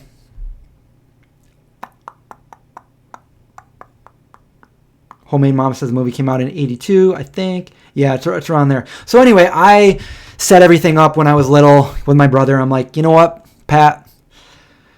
I'm going to be Beastmaster. So I got to do a couple things, okay? All right. Well, it was wintertime. And we had a really hot wood-burning stove in the basement, in the family room. And I grabbed a paper clip, and I shaped it into the symbol of the Beastmaster. and I took a pair of pliers and I put it on the hot stove. I said, it's time to get the symbol of the Beastmaster, the same way Beastmaster did it. I'm going to control all the animals in the neighborhood. Here we go. So I got this paperclip nice and hot, and then I grabbed those. I grabbed those pliers, and I grabbed it off the wood burning stove. All right, I don't know if it's hot enough yet, but we're gonna try it. Here we go. Here we go. I gotta put it on my hand. I gotta keep it there for like 10 seconds. Ready? Ah! That was hot. That's really hot. Okay, let's try it again. Ah, that's too hot to keep there for 10 seconds. But when I threw it back, I didn't keep it in the pliers. See, it fell onto the rug. It started burning into the rug. So I had to pick up the pliers and come over there and try to pick it up.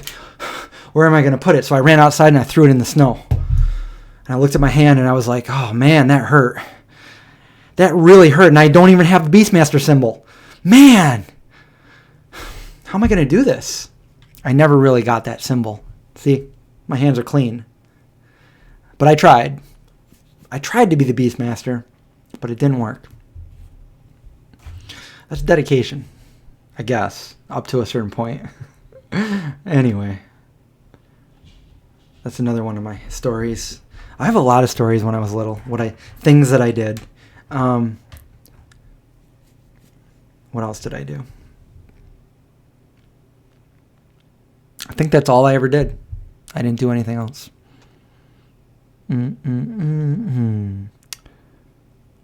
I'll keep trying to think. We have 63 people watching on a Friday night. Me tell stories about stupid things that I did as a kid. I love the Beastmaster. I kind of want to go watch it now. I'm singing the song in my head.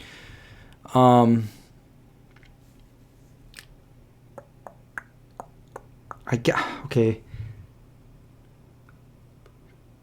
Soylent Green. Yeah. Now, Soylent Green is a movie. I've never seen the whole thing, but I've seen like the ending of it. I did watch the original Dark Shadows series, but I can't recall it all. And I think I have the DVD downstairs, the DVDs. I love some of those bad movies, you know? Okay, this is funny. So everybody knows that my favorite movie of all time is E.T. Now, this is where it kind of gets weird here. So after E.T. was made, Spielberg started doing Amazing Stories. And he did an Alien one that is so low quality and so ridiculously bad, and everything about it is like I feel like I could go out and make a better with my friends than he made for Amazing Stories about this alien. I'm like, how did you make E.T. and then go to this? Like, how did you do that? I forgot the title of it, but I watched it with Issa, and she can corroborate it. We were like, what? Is this real? Flash Gordon, Shazam.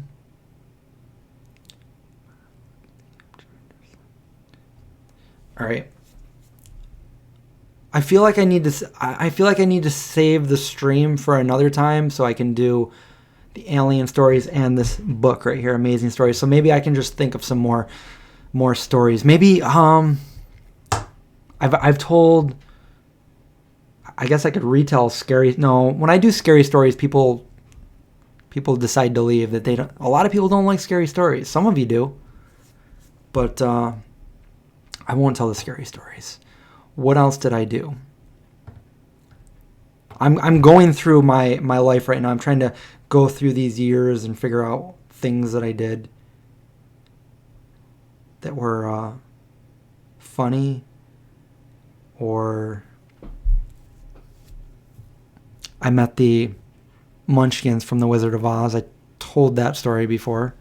I live in Chittenango, the home of L. Frank Baum that wrote The Wizard of Oz. So we have yellow brick sidewalks and Oz-themed things in the small little town that I grew up in. Vegan Brain says, my favorite movie of all time is The Terminator. The Terminator is a really good movie. Mr. Mom. Mr. Mom was with Michael Keaton.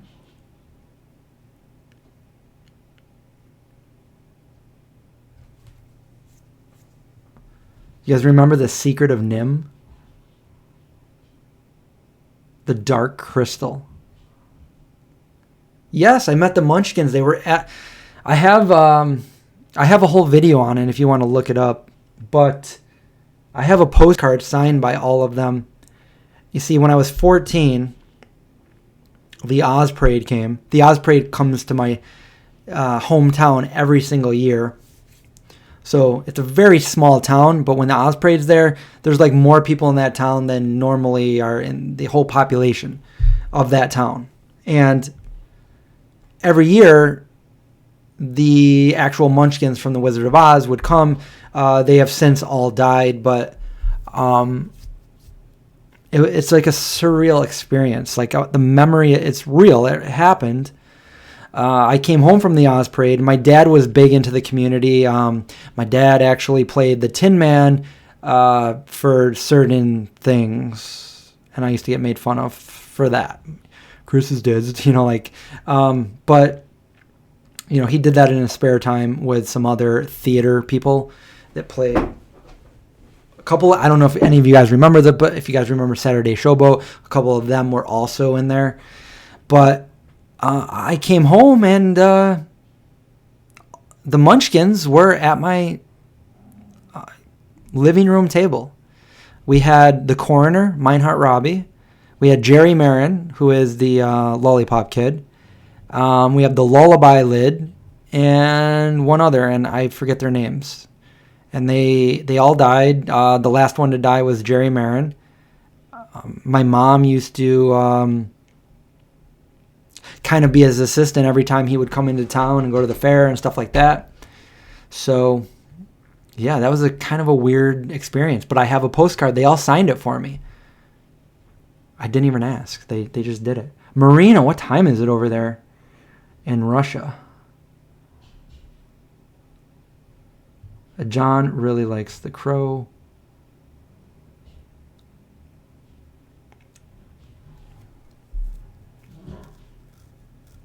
Do I have any stories about ants biting you? No, but I remember the part where MacGyver, do you guys remember MacGyver? Where he has to make this dam and he's got like a duct tape suit because army ants are coming from everywhere. The big thing when I was a little kid was killer bees. We were all afraid of killer bees. I heard some stories about killer bees killing some kids and some farm animals, and I was like, oh my God, I'm so afraid of killer bees. And we thought that, back in the 80s, they would make their way up and we'd all be doomed by killer bees. Little did we know, we're killing the bees.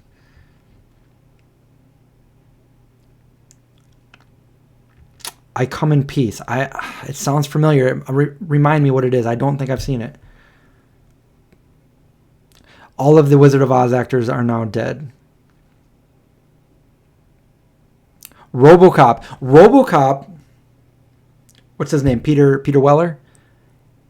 I don't know if he still is, but he was a professor right here in Syracuse University. I think he still is. People would just take his class, but he wouldn't talk about RoboCop. Homemade Mama. I love The Shining. I love The Shining. Something in Little Tokyo with Dolph Lundgren. I don't know that one.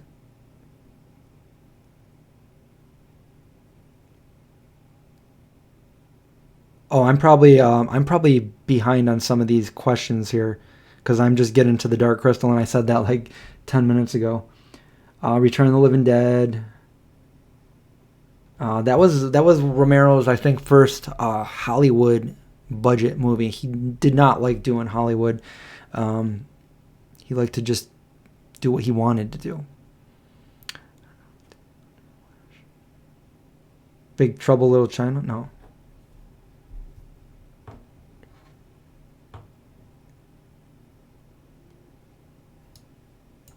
Watership Down.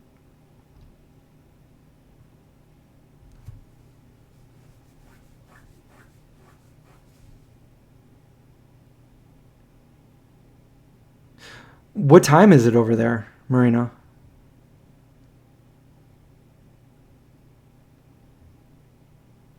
Yeah, there's another... Leslie, talking about Dark Shadows being considered a soap opera. There's I liked it because like anything with vampires, I like. Let's see. There's another one. Oh, what's it called? And it was also like a soap opera. I'm trying to think of the name of it. Kindred, The Embraced. Mike, you met John Candy. That's pretty awesome. I used to love, I still love the Great Outdoors. Do you think physical affection is what makes a relationship? I think it's part of it. Physical affection is definitely part. Although some people make it happen without that. Edwin, same here because there's quicksand. There's quicksand in the Dark Crystal. There's quicksand in Beastmaster that we were just talking about. Spoiler. You think the ferret's going to die. He saves the ferret from the quicksand at least. Okay. Stanley Kubrick was an interesting fellow.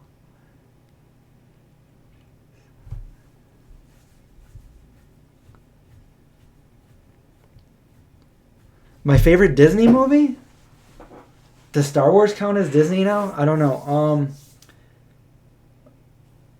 I saw Bambi in the theaters like when I was little. Obviously not when it first came out, but I liked it. It was sad. I don't know. I'd have to look. Maybe I'd have to look through a list of all the Disney movies to know. Yeah, Peter Weller is a professor. I believe he still is.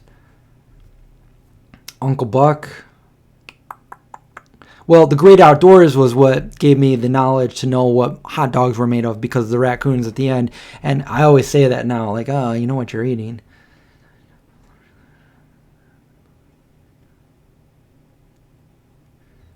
You can't die from quicksand. It's a myth. But you can die from tar pits. You know, saber-toothed tigers and woolly mammoth.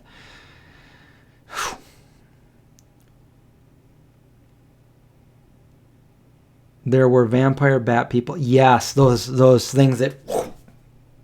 And then they'd go like that, and then you'd be Bones. Bones McCoy. Chris, Dark Shadows was a housewife soap opera. But it was still... No, Dark Shadows, like... That's how Kindred was, too. But I liked it. And I'm not even gonna deny this. I like the Vampire Diaries too. I'm obsessed with vampires. When I can see somebody that's, even if it's cheesy, some of them, like somebody that's immortal that has lived for hundreds of years mainly to see history unfold, and it's quite impressive. I think about that kind of stuff all the time. Twilight Zone original. So the Twilight Zone, Rod Serling, he's from Syracuse, New York as well. And a lot of his original Twilight Zone, you'll hear them talk about Syracuse, New York. Within the first 5 episodes, I think one of them's going, yo, I'm in Binghamton, New York, and I got stuck in Syracuse on the way back. And they talk about it in a lot of episodes.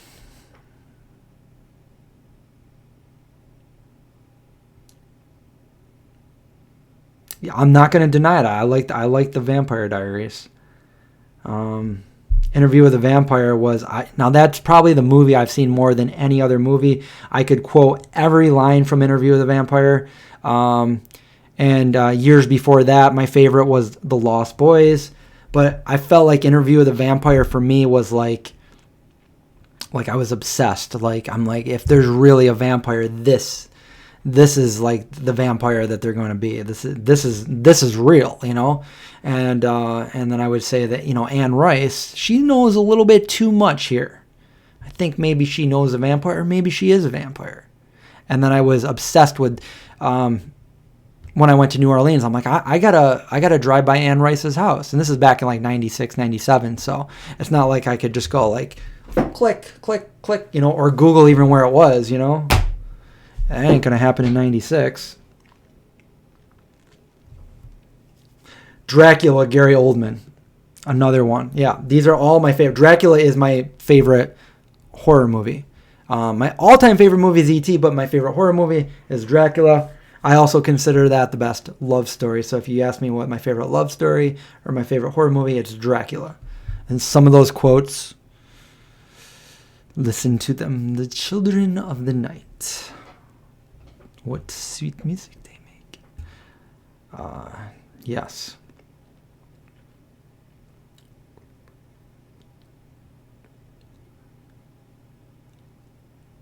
Interview with the Vampire. Yeah, Interview with the Vampire, one of my favorites.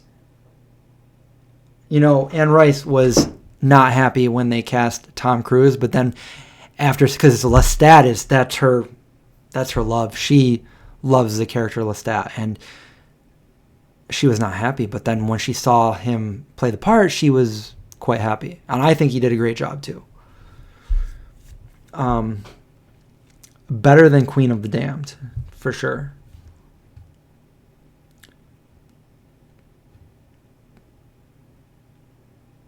Salem's Lot too. Another, God, you're making me want to go watch all my vampire movies.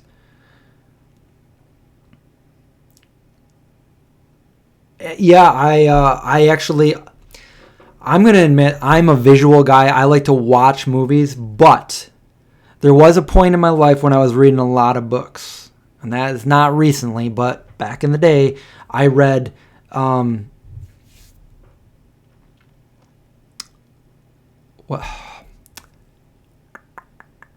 The Da Vinci Code and Angels and Demons. I was trying to think of the other one that Dan Brown wrote. And they were amazing. I saw the movies too, and I actually liked the books a little better. But I also read Timeline, and that was also, I was like right in there. It was amazing. So, but the movie wasn't as good. But I don't like to compare movies to the books. Like for me, when people say, well, the book was better, I like to say like they're different. A movie is a movie. A movie is a visual storytelling. A book is a book. A book is whatever you imagine from what you're reading. I don't like to compare the two. I like to keep them separate.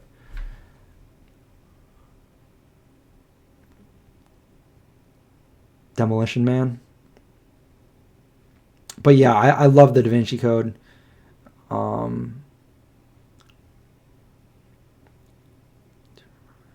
Do I remember my first experience with technology of the internet? It's crazy to think I read something about the high school kids getting iPads. Okay, so this is going to be way, way, way long ago. So 1980, my dad's friend brought over I believe it was a ColecoVision, and it had Pong. And that's the first time I ever saw a video game. Shortly after that,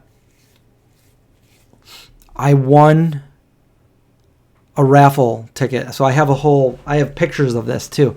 I probably could bring it right up. When I was like, I won $100 when I was like 6 years old, and I went to the bank to go cash the check or whatever.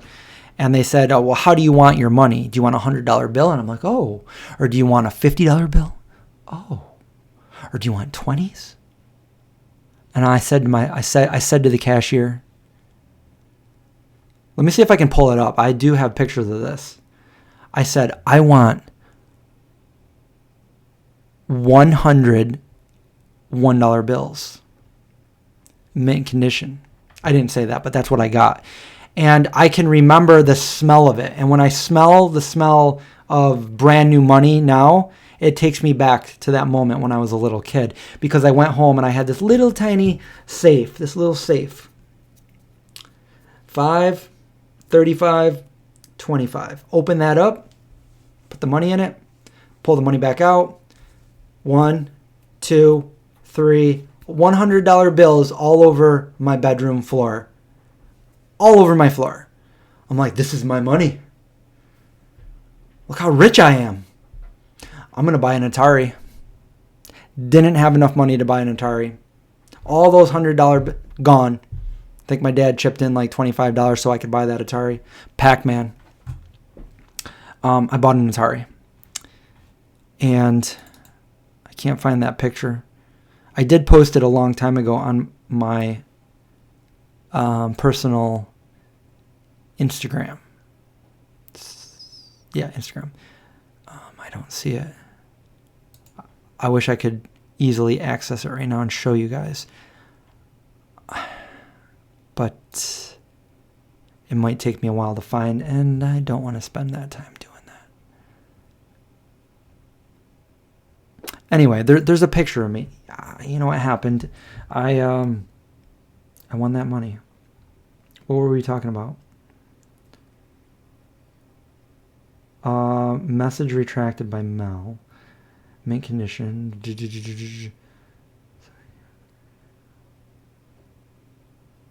How did I win the lottery? I bought like a Pop Warner, which is like a little kid baseball team, raffle ticket, and first place was $100, second place was $50. I won $100.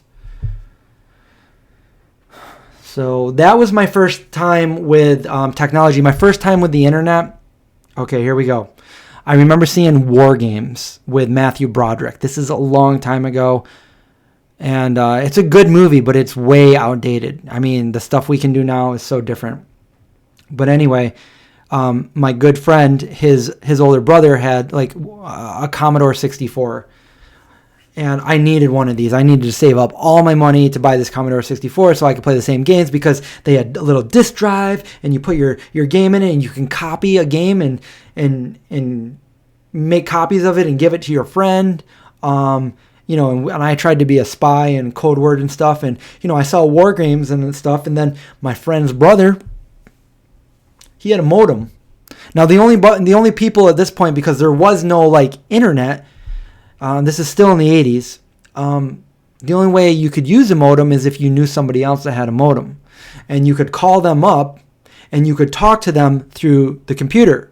And when I did that for the first time, I was completely amazed. I'm like, oh my God, Dad, come here, look, I'm talking to somebody like in another house. And we're like talking to each other, and it's like enter, hi, enter, bye, you know, and that's what we do. So then I got the clever idea because of War Games. I'm like, I'm going to break into the bank. What's the bank's phone number? So I called up the bank on my internet, you know, on my modem, and I thought, you know, maybe I could like give myself a bank account, but it didn't work like that. But anyway, that was my first internet, you know, my first thing to do with the internet. And then after that, it was dial-up, you know, ding, ding, ding, ding, ding. It's like, are you on the internet again? I'm waiting for a phone call. Oh my God. Or did you pick up the phone? I'm on the internet. So that happened when I was like 18. So I lived a life like some of us older vegans, some of us older ones here, where we got to see what life was like before the age of technology, before the internet. I remember getting the first microwave. I remember life before the microwave, and then we got a microwave, and I remember my mom thinking like, you know, if you've never lived without a microwave, and you know you're younger, you like all your life there's been microwaves, you might think like everybody knows how to use a microwave. But if you come from a time before microwaves and you can only cook food in an oven or a toaster oven or a convection oven, and then all of a sudden you get a microwave, you might think like, I remember my mom was going to warm up some bread, so she put it in the microwave for like 2 minutes. That's way too long, but we didn't know because you got to put it in a toaster for like 3 or 4 minutes just to get all brown, right? So she's thinking, oh, I'll put it in the microwave. It killed it. So we had to realize that you only put it in for 20 or 30 seconds, maybe not even that much. So I remember getting the first VCR. I remember life before VCRs, and then we got a VCR. I'm like, oh my God, we can record MacGyver. You know, things like that. Yeah, but I was doing movies and stuff like even before like camcorders were a thing, because my dad had movie cameras with film. So, you know, we would have film and we would take movies, but you couldn't mess up because film was expensive and then after you took it, you had to go get it developed, and then that would cost money too. And the reels were only like 3 minutes each, unless you spliced them together. It was a little bit harder back then than it is now. But my dad's the one that really got me into making video and stuff. And that's really how I got into YouTube, because I was into video before YouTube came out. So when YouTube came out, I'm like, oh, that's perfect. Because a lot of people weren't doing video, surprisingly, before YouTube. Now everybody, I feel like people are born knowing how to do video. Like, oh, this is my phone and I know how to edit, all the footage that, people are just gifted these days. It's like an innate ability.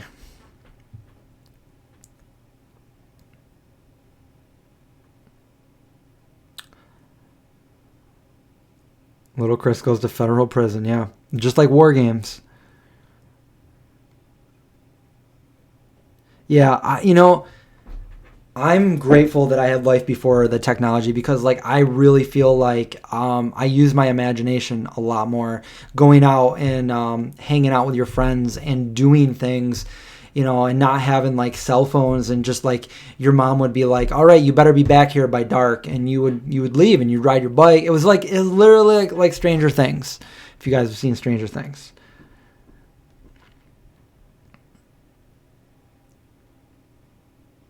You should bring a disposable camera to your meetup.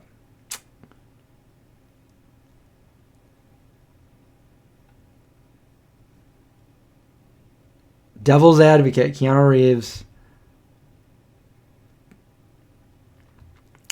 Do you know that Keanu Reeves gave up a lot of his pay for that movie so that Al Pacino would take the role? Because Al wasn't going to take it unless he had a certain amount of money. And they didn't have enough to give him. So Keanu's like, well, we need to get this movie going, so just take whatever you need from my paycheck.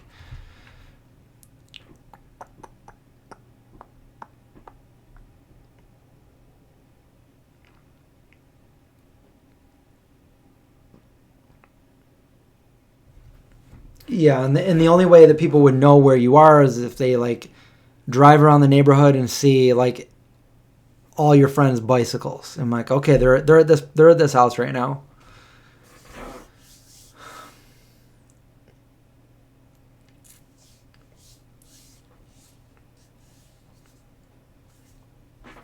What else was a first? I remember when I had my not my first cell phone, but I remember when texting first became available. And I remember saying why would anybody text? Why?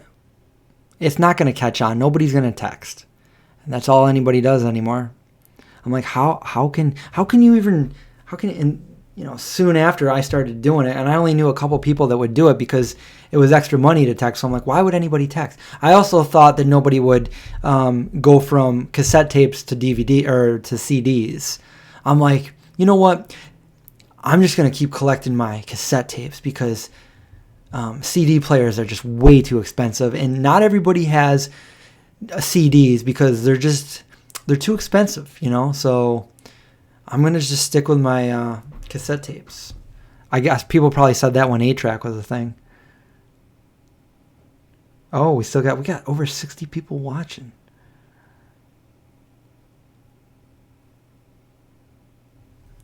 Yeah, Keanu seems like a guy. I don't know him in person, but everything I've seen and read and watched, he's an exceptional guy.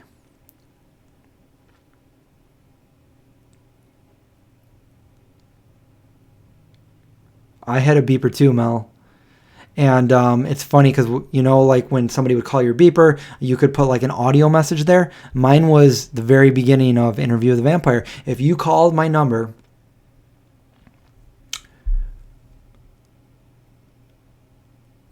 I'm trying to remember what my number was. It was 583. Anyway.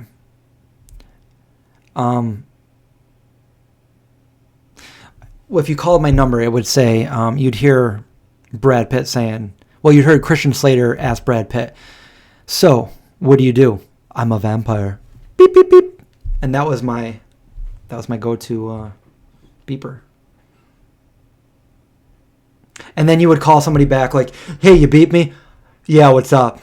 Nothing, just chilling. Okay, cool. Well, call me if you're going to do anything. All right, well, beep me later. Okay, bye. That was what beepers were about. Now we have phones where we can just text. I have all of my cassettes. I have old VHS tapes that I filmed. I have some pretty gold stuff too. You know, a few years back, I took a lot of the footage from my dad's movies and a lot of footage from my old VHS tapes, and I digitized them on my computer. And that's what I wanted to show you guys at one point. We're at 2 hours, so it probably won't be right now. But let me just. I really want to find some of these. Maybe I can at least find some older pictures to show you guys. If I can remember which hard drive it's on. I have so many, over the years I've collected. There's so much data on this computer because of all the video. I'm always taking video.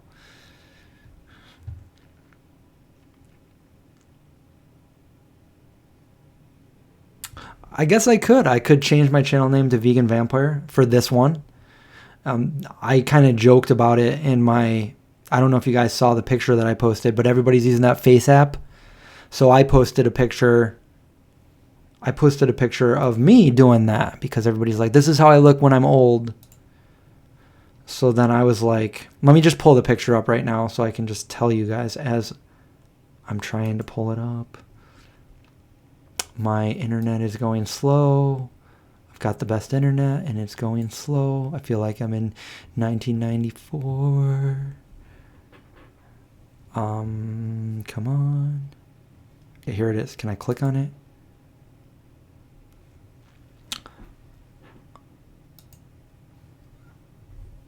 Come on. You can do it. So this was my me now and then me in like when I'm really old.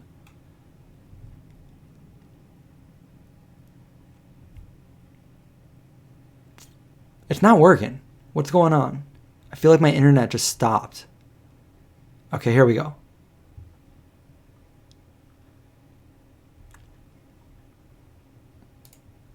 All right, sorry for the technical difficulties. There I am. On the left, that's me now. On the right, that's me in like 100 years. What do you think? I use the Face app for that. What am I doing here? Bam. We're back. Back over here.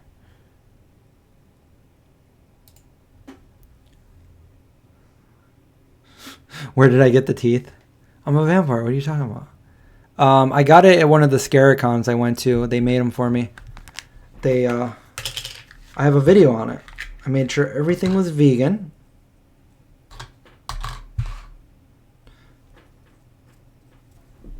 They took a mold of my teeth. And then he made these. And they just kind of come off and they fit right on my teeth. Like that. I forget what his name is, but I got it tagged somewhere. Captain something. And there's all these different kind of teeth you can get. You can get like the ones from like 30 Days Night. Basically anything. So, who do you think you are, Nick Cage? Woo! Nick Cage, I don't know. Why?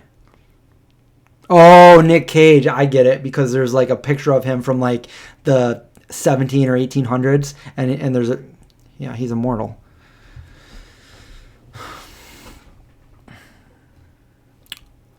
Okay, so yeah, let me, I'm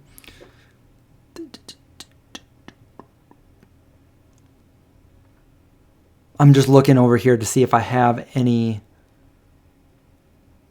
old pictures I could bring up, but I've got so much on here that I don't know where I put them. Videos, pictures.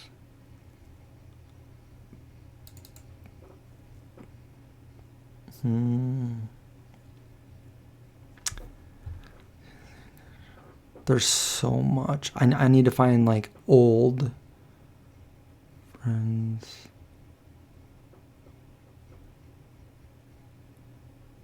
Maui. Salem.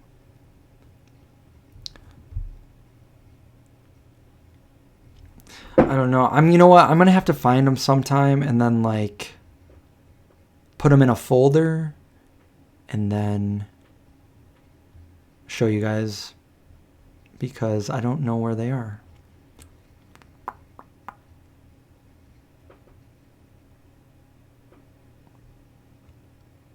I went to the Stanley Hotel where the Shining was inspired.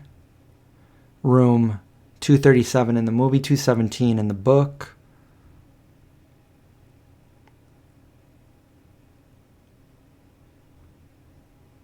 You know what? Maybe if I go to... I've got all these folders over here. Maybe if I go to family, we'll find something. I mean, right? Family? That's what you would think, right? Lots of pictures.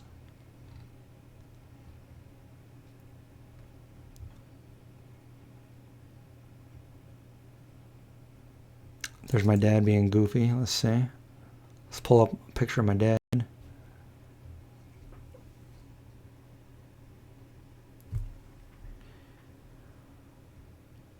Doctor Sleep, sequel to The Shining.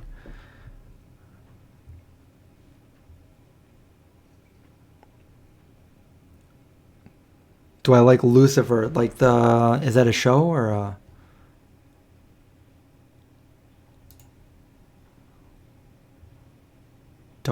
Not familiar with it. I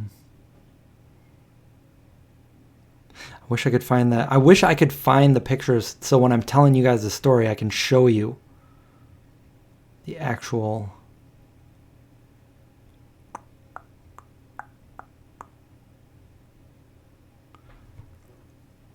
Oh, well. Oh, there's... No, that's too far back. Now we're going too far back.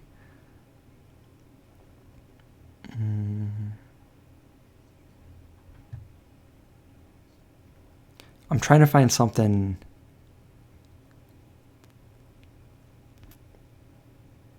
Because we don't want to see baby pictures. That's just boring. We want to see like something that there's a story to tell.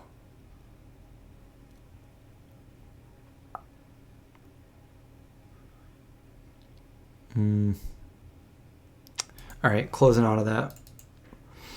I had a folder. You know, I'm going to miss it too because today is the day that I can post these things because it's one of those, you know, flashback Fridays. Man, I looked a lot different there. Let me show you this picture. You guys aren't going to even recognize me. I was 19. I lived in Sarasota, Florida. Let's see if I can zoom it up. All right, here we go. This is me.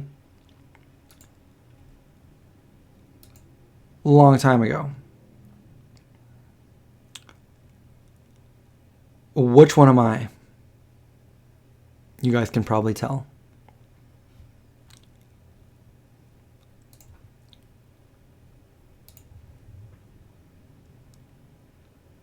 Best out of the 90 pictures. Okay, so Lucifer is on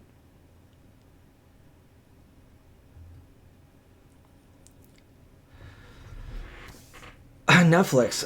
What is my favorite Iron Maiden song? From the coast of Gaul, across the 7 seas, far and wide. Probably that song, Golden Years. I remember listening to that like in the 80s with my friend. What did I do? What did I do? Okay, there we are. They're back. We're back. We're back to the real me, not the 25-year ago me. More than that, probably.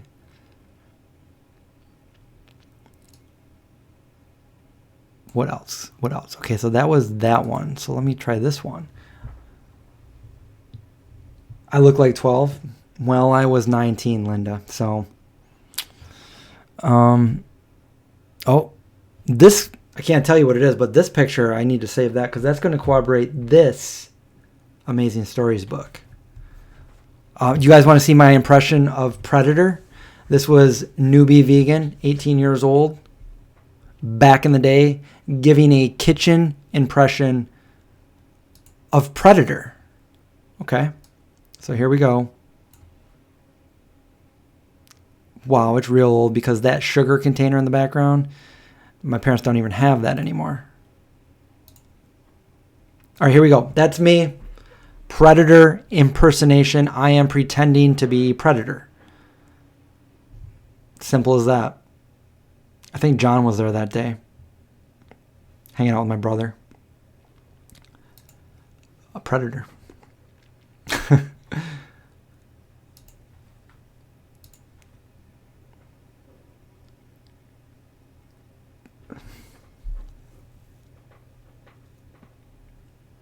They weren't Jankos, though. They were actual, I think, Blind, which is a skateboarding brand. I never wore Jankos. I was too cool for that. You know, I was a skater. I still am a skater, but I wore all the skateboarding clothing. I had to have all the skateboarding shoes and pants and stuff like that. What else can I show you?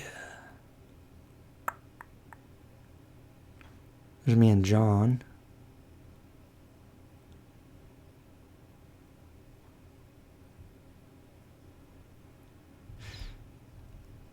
I tried to recreate this picture. This is me when I was 18.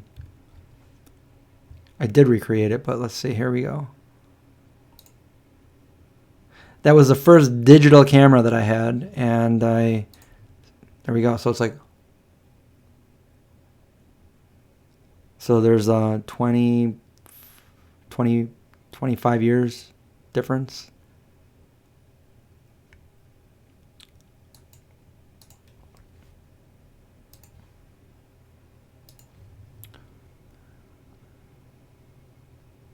Was it hard being into skating and straight edge? No, not at all. I just went out there and skateboarded and didn't do crack cocaine. I do skate, and actually I have a couple videos that I've been working on that I would have already loved to put up, but I was working on the Carl Sagan video. So my next video that I'm going to put up will have some skateboarding in it. So, yeah. But no, not at all. No, not at all. Never hard being a skateboarder and straight edge. I think a lot of skaters had a bad reputation, but for not being straight edge. But no, me and all my here's a picture of us skateboarding, and if you see, you can see the date on this is like 1990, I think.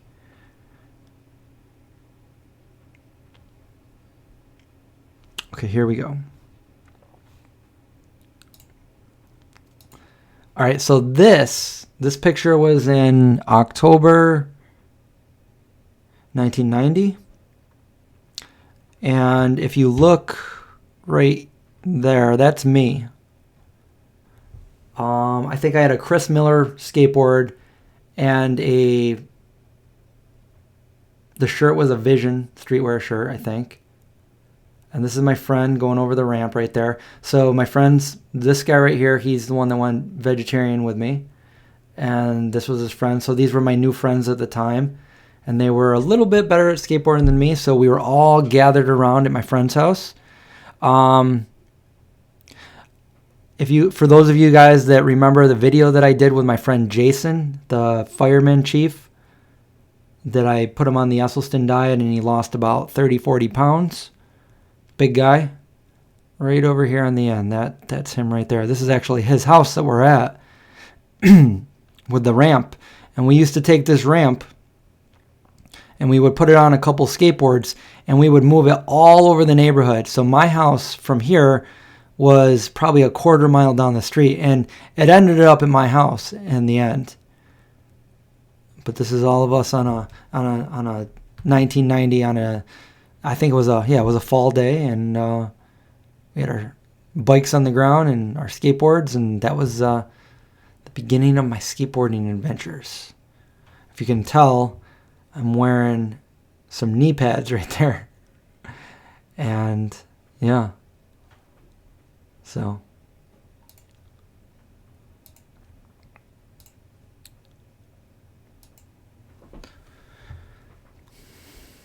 Who built the ramp? I don't remember. I think it wasn't us that built that ramp. It was some other skaters, I believe.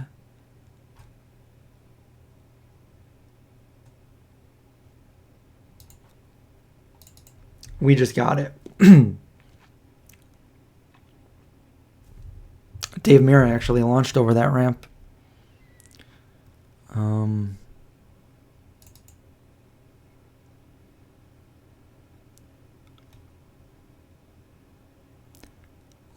Here's a picture of me skating.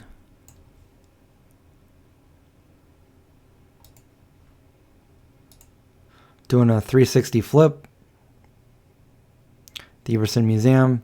This is obviously a long time ago, but I just went down there again a few days ago with my friend Jeremy and did the same thing. So I still got it. Video coming soon.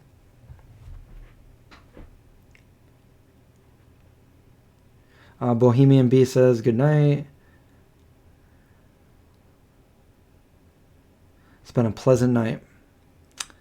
Yes. Well, thanks for watching. If you guys have to go, that's fine. Just, thanks for watching. You missed the part I was talking about Dave Mirra earlier. I went to school with Dave. Grew up in the same town as me. Chittenango, New York.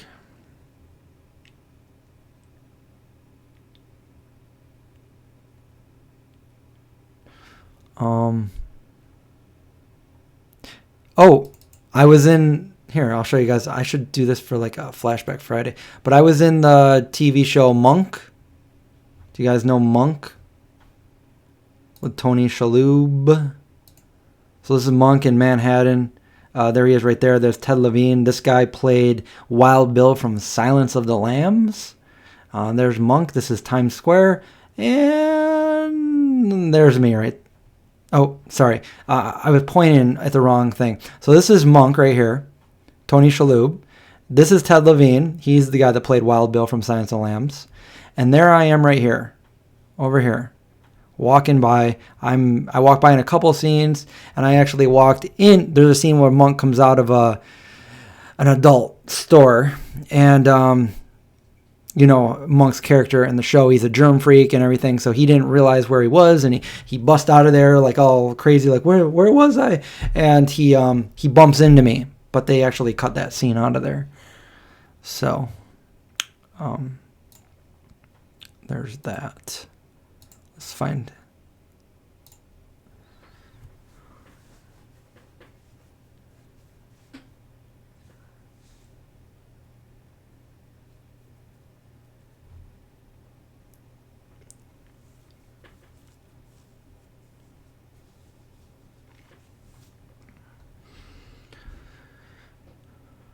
Am I going to travel to Thailand with Jeremy? I don't know. I'd like to at some point. Yeah.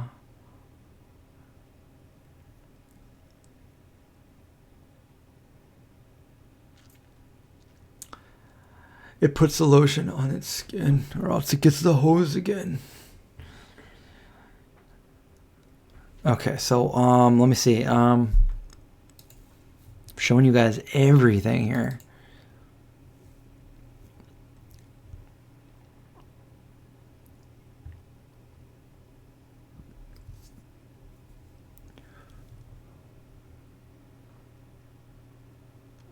I met Sid Haig.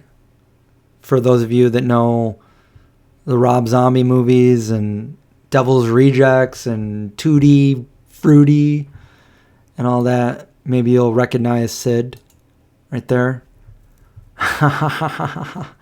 There's Sid.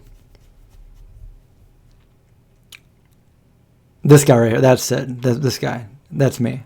Just in case you guys were wondering. Because I know you guys probably weren't sure.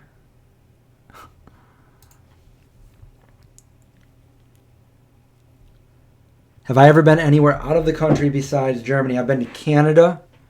I've been to Costa Rica. I've been to Panama. I've been to the Caribbean. And that's it. But the furthest I've been it's actually still the United States, but I was also in Alaska and Hawaii. So, but that's still within the United States. And I think I'm pretty sure from where I live, Hawaii is further than Germany.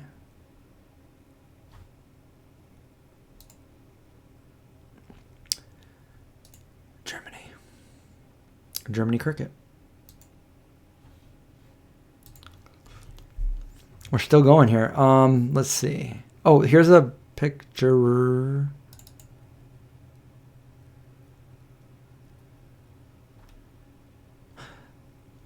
This is a picture of John and me before I ever started the Vegan Zombie. So this is like 12 years ago, maybe.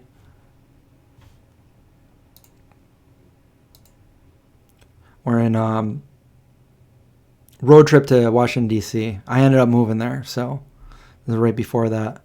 Notice I have no hair.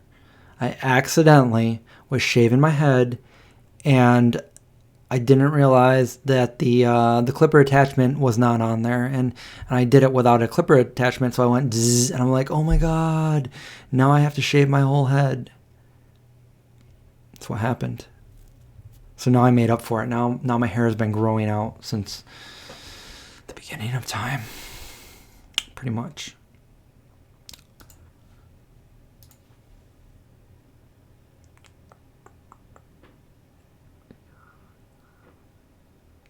My favorite state I've been to? Oh my god. I really liked Alaska when I was there. Yeah, different places. I mean, I liked Colorado. I don't like any of the traffic or anything, but I really like California as far as like walking in the canyons and just unlimited vegan spots. That's pretty cool.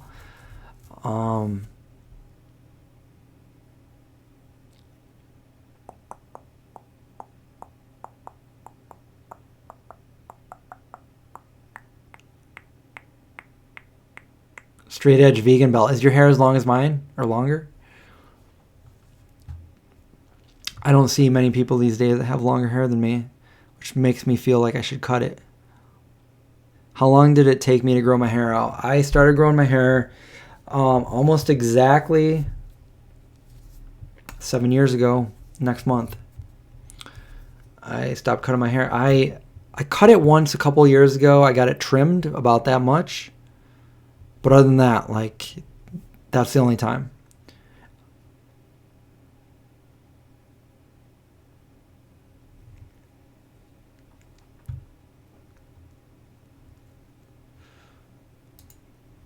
I think you need a certain amount to donate, and I don't want to cut my hair. So if I ever was going to do that, yes. But right now it stays on my body.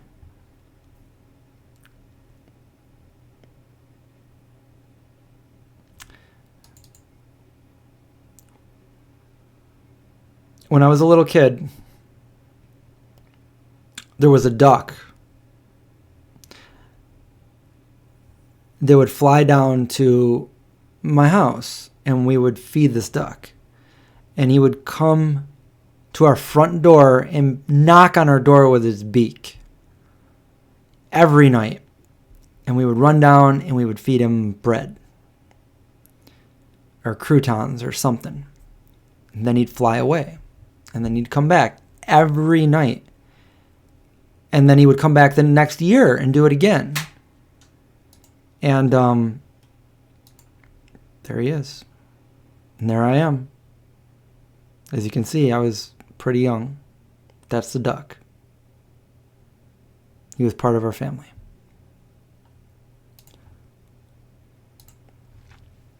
What else? What else can I throw up here for you guys?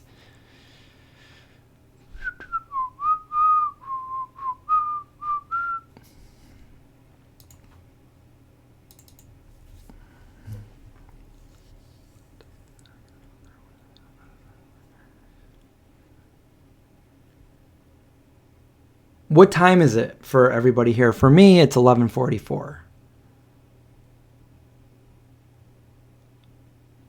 Again, Chris. No, no, no, no, no, no, no, no, no, no, no, no, no, no. What?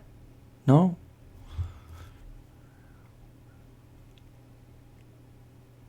How much do you have to donate? What is it, like 12 or 13 inches in order to do it? How often do I eat oil? Never. Unless I'm doing a taste test, like I did the taste test with the Oatly with my family.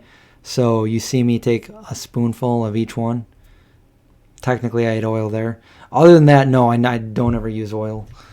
10:45, 10:45, 12:44, 8:45. Okay, so we're all... Have I ever had unexplained missing time?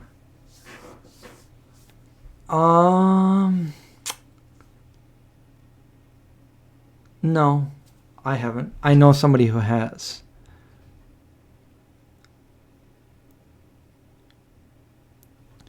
Let's see what we got over on this side of the...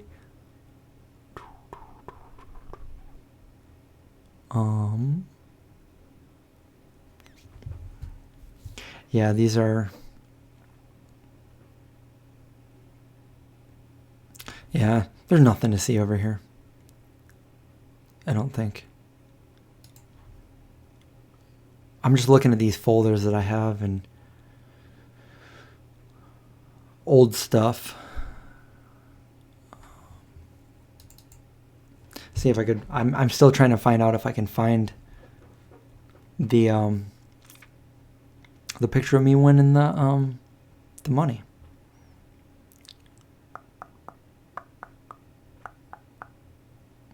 You know what? I could probably pull it up on Facebook.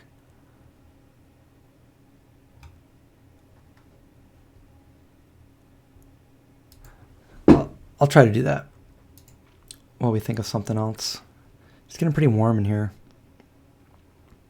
I got the lights on. I got the door closed.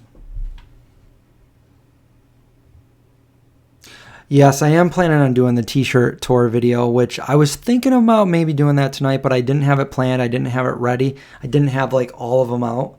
So I decided to just come on and tell you some other stories, and we could do that another night. Like I said, either tomorrow or the next day, I'm probably going to go live on my main channel and open up the vegan cuts box, and you know how that goes. We do the vegan cuts and then we talk about whatever we talk about. So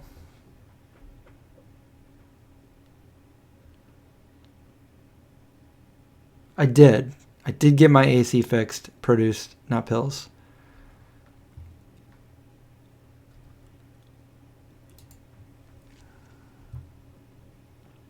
Alien abduction.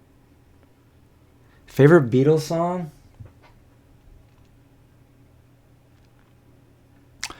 Does it have to be Beatles, or can it be like John Lennon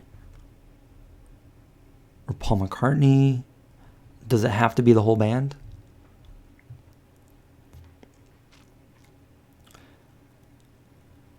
Because that just brings me, because it's like my parents got married, and my dad, like me, well, before me, he would put movies together that he took way before I was born. And he put one together of his own wedding with my mom. And he uses a song by John Lennon, Love. So I remember that with them getting married. I remember watching, I have it on my computer somewhere, but he uses that timed perfectly to the wedding. And yeah, so I really like that song, mainly because it's nostalgic. And, you know, I mean, in Let It Be, I like that one. But, and I know some of you probably aren't going to like me after this, but overall, like, I mean, I like those songs, but overall, I don't really like the Beatles. Oh my God, stop! Sorry.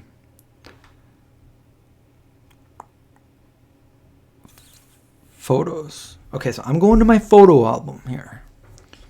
We're going to find somewhere, I don't even know, album, photo. I don't remember. Somewhere on here, I probably tagged my cousins.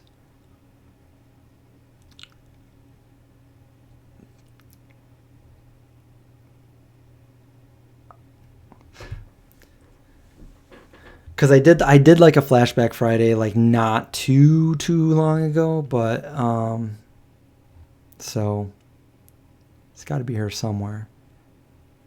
Yeah, and now I'm seeing. I really miss like the vegan cruises. I used to go on those every year, and they stopped having us along. But it was really fun. I loved it. There's us at Farm Sanctuary. Still looking.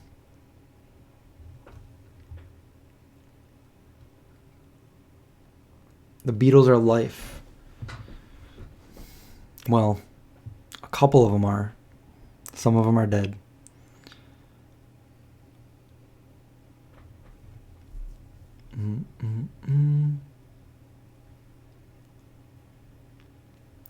I looked way different there.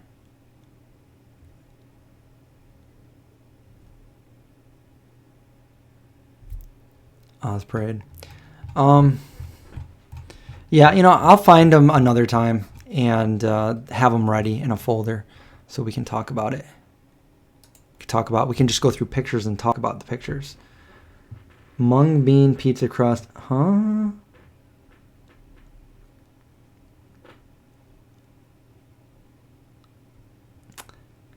Yeah, generally I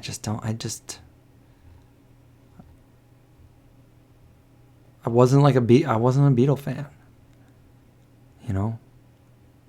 Everybody else is, but here I am over here. Oh, I found it. I'm going to pull this up real quick. So if you just joined us, I told the story a little while ago about when I was like, I don't know, 5 or 6. And I won a local raffle. And I won $100 and I bought an Atari with it. And I wanted my money to be, it just sounded better having $101 bills than a $100 bill. So I got 100 ones.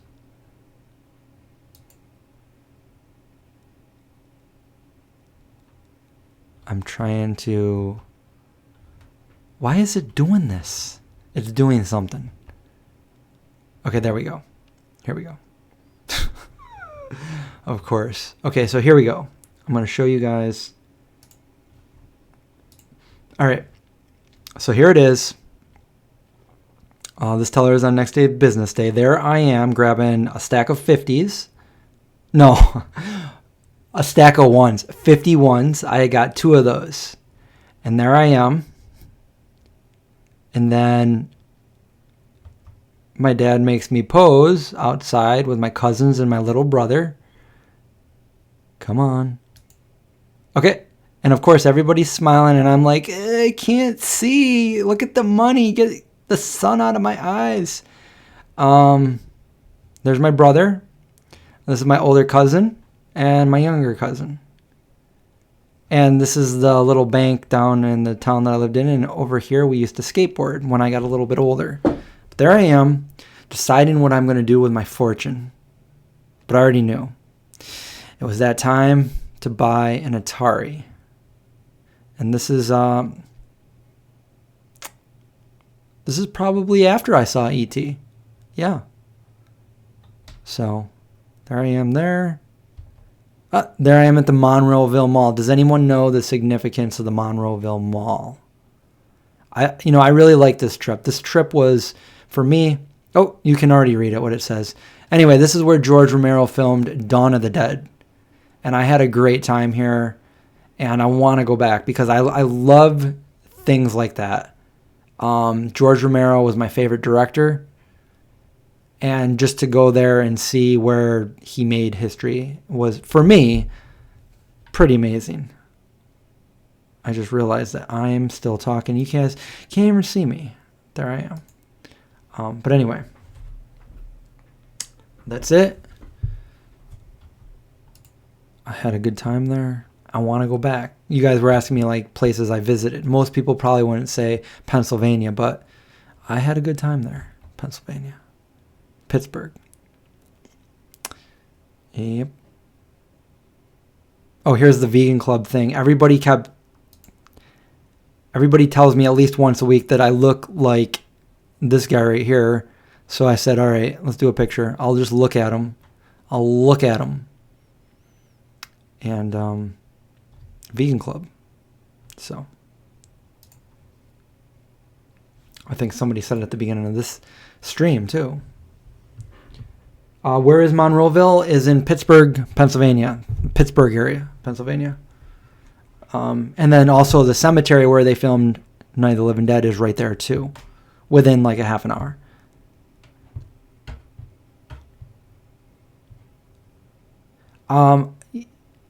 Unfortunately, George says, are you up to date on new movie theater releases? No, I'm not. I love seeing movies. I wish I had like a group of friends that would always go watch the newest movies with me, but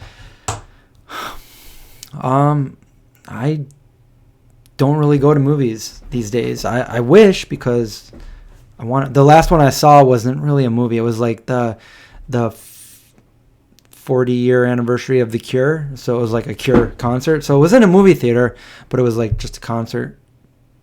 And that was like last week. I'm Jared Leto's doppelganger. Can I get some of his success?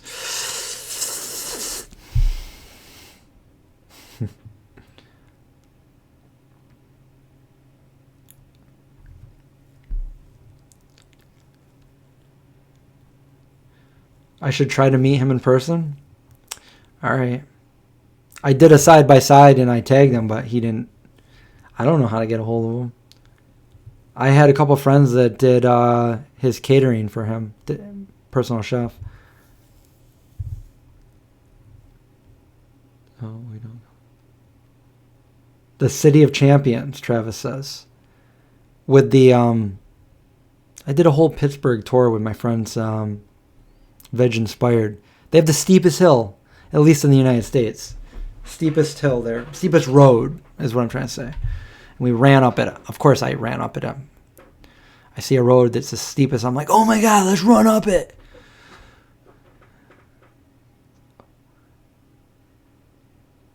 Oh yeah, Jorge, I forgot. I'm sorry. I am a movie junkie, but I haven't gone. I want to go see a bunch of, I don't even know what's out, but I want to see Midsummer. Did you guys know Max, the redhead girl from Stranger Things, is vegan? Yes, I did know that. Somebody tagged me. Somebody tagged her in my post, and and said that.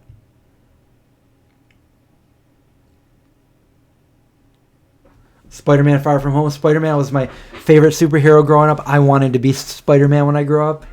But then I learned about Wolverine. And I'm like, oh my God, he lives. He doesn't die. I mean, I want to be Wolverine. Spider-Man would still be cool too.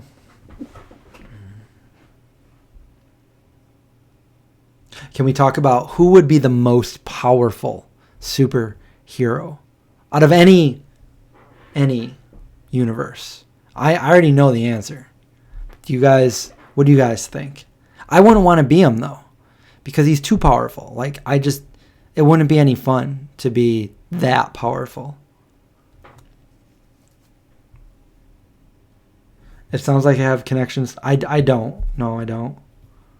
I don't have any connections to meet Jared. I almost said to meet Travis because Travis was the next question, but Travis, I mean, I don't. Maybe I can meet you. I don't know if I have any connections though. Mr. Beast. Why? Jorge, it sounds familiar, but I don't know. Do I have many celebrity experiences? I can show you some pictures that I met celebrities. So I've met Moby quite a few times to say, like, I guess I'm friends with Moby. Let's see. I'm just going to go through my pictures. I met Keith Jardine. He was a UFC fighter. He beat Chuck Liddell. I met him. Let's see who else I met. I met Angie Everhart. She actually messaged me a few times, so I know her. Greg Nicotero. Got a picture with Greg. Why don't I show you some? Here we go. This is me and Greg Nicotero. I asked him, I think everybody was asking about Walking Dead stuff. I said, hey, Greg, if I were to go visit your restaurant in Atlanta, Georgia, would I find anything vegan on the menu? And he goes, well, yes, you would. And I think he was glad I didn't ask him a Walking Dead question. And he was very friendly. So, Greg Nicotero. Oh, by the way, for you guys that don't know Greg Nicotero, he was like the right-hand man that did the special effects and stuff for George Romero for like a lot of his movies. That's how he got his start with Tom Savini and them. But now he directs The Walking Dead. That's Greg Nicotero. Let's see. And I have videos of me with Greg. By the way, guys, I'm not bragging. You guys asked the question, so I'm just showing you guys. So there. That's all it is. I'm just saying. There's me with Angie Everhart, and I had a long beard, very long beard. She grabbed it and said it looked like her hair, so that's that. Who else did I meet? There's me and some band. I forgot their name. I got invited to this backstage thing, and then everybody was doing pictures, so I'm like, fine, why not? Maybe you guys know this band. I totally forgot the name. So I guess there's the band. Who is it? It's I don't know. I forgot. Does it say their name anywhere? I'm trying to look like I'm in the band with them, but I wasn't in the band with them. I was just there.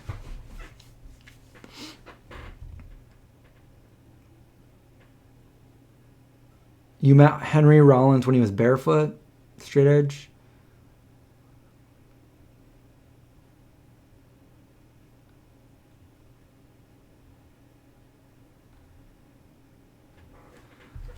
Yeah, the whole Moby Natalie thing. He like totally shut down his social media.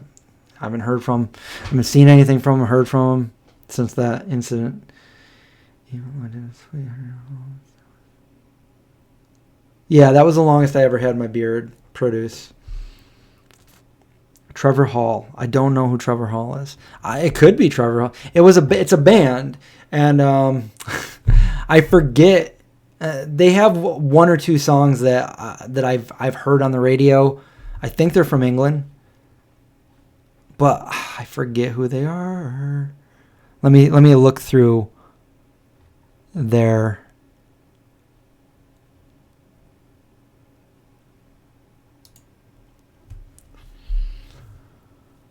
Oh man. Yeah, I don't know who they are. I guess that's bad. The Struts? Oh, they're the Struts. They're strutting. Back in the day, I was on the Carson Daly Show. Who did I see there? Well, I met him because he took my seat. He's like, I need your seat for the next segment. So I had to get up. He shook my hand, patted me on the back, and pushed me away. Sat down with my girlfriend at the time. And I wasn't in the shot, but he was. What else? When I lived... Oh, I met... I met Dee Wallace. You know, the mom from E.T., my favorite movie. Now, if you want to see me fangirl, then you can watch a video where I meet Dee Wallace, okay? I don't really get starstruck when I see famous people, but I saw Dee Wallace, and I was at a Scaricon, and it was like a horror convention here in Syracuse, and it was a 3-day thing. So the first day I was like, oh my God, I need to talk to her, but I'm too afraid to. So, and this is a few years back, so like I was more shy then than I am now. This is back before I was really in front of the camera. It was mainly John, and I was the guy behind the camera. So yeah, I was kind of terrified to go up and talk to her, because to me, she was like my second mom. She was like my make-believe TV mom. You know, E.T. I grew up with E.T. That was my movie. So like the next day, like I kind of just walked by her and just kind of looked by, and then walked by again, looked by, and then I took off. The third day, I'm telling myself like the same thing. Like I'd go up there and then I'd chicken out. And she's talking to this little kid. This little kid is talking to her. This little kid is way too little to ever see E.T. in the theater, because this little kid's only like 7. And she's talking to this little kid, and I'm like, oh, I want to talk to her. And I'm about to run away, and then he walked away, and you know, like they're there for to meet people and to sell their photographs and stuff like that. So she's in a lot of horror movies, like a lot of them. She's in Cujo. She's in all kinds. So anyway, she had all these really cool pictures that you could frame, and she would sign of all the. And of course, I only looked at the one. I knew which one I wanted. I'm looking at them all, but I'm like, you and E.T. That's what I want. That's what I'm going to get. I'm not even going to worry about how much it is. I'm just going to get this, because I'm going to hate myself if I don't. So I didn't run away this time. And she starts talking to me. She's like, hi, how are you? And I'm like, oh, great. You know, she's like, if you have any questions about any of the movies I've been in, feel free to ask. You know, she's like, I've worked with Steven Spielberg. If you have any kind of questions, feel free to ask. And I'm like, awesome. Because like, I'm thinking to myself, I'm like, I love making movies, and I love Steven Spielberg, and E.T.'s my favorite movie ever. So I'm going to ask you some questions, because I can't think of one single question to ask. My mind went blank, and I'm like, I'll take that one. And so she's like, okay, and she signs it. It's behind me. It's behind the green screen. So you guys have probably seen it before. And then she says, be good, D.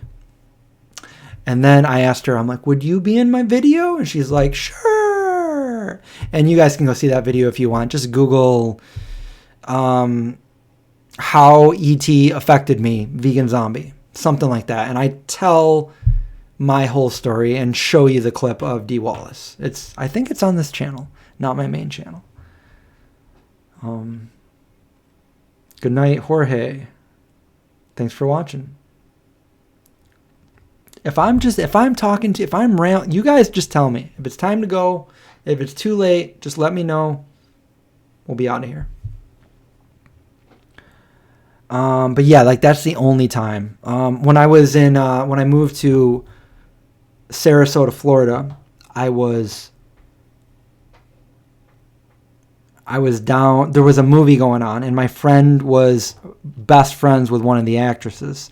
And Woody Harrelson was in it, and there was a part where they were going to use my car for like a background thing, so I could go on set. So I was on set. They actually didn't use my car, but I was on set, and I watched the scene that they filmed with Woody Harrelson, and then I ended up going into a bar with my friends, which I don't drink, so bars are kind of weird. But anyways, I also think this is before I was 21. Anyway, so I was sitting there, and her friend came over.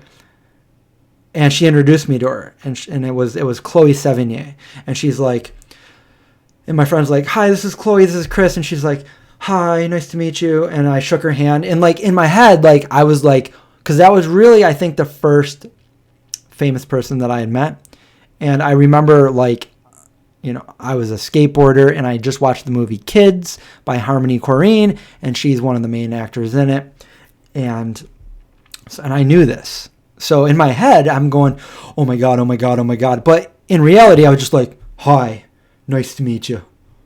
She's like, do you have a cigarette? And I'm like, no, don't smoke. But in my head, I'm like, oh my God, she's talking to me. And as this is going on, Gina Gershon walks by and I make eye contact with her. And I'm like, oh, you're famous too. Like, so that was like 2 in 1 for my first ever meeting famous people. So, yeah. Although you can consider the Munchkins from The Wizard of Oz when I was younger, but I don't really count that. And I told you guys the story in another stream, but just to reiterate it, when I was really little, probably 4 or 5, and this is on a movie. My dad took a movie of this too. He took me to the State Fair, and I got to see Lou Ferrigno. For those of you that don't remember or don't know who Lou Ferrigno is, he is the original Incredible Hulk. So he's all done up like the Incredible Hulk.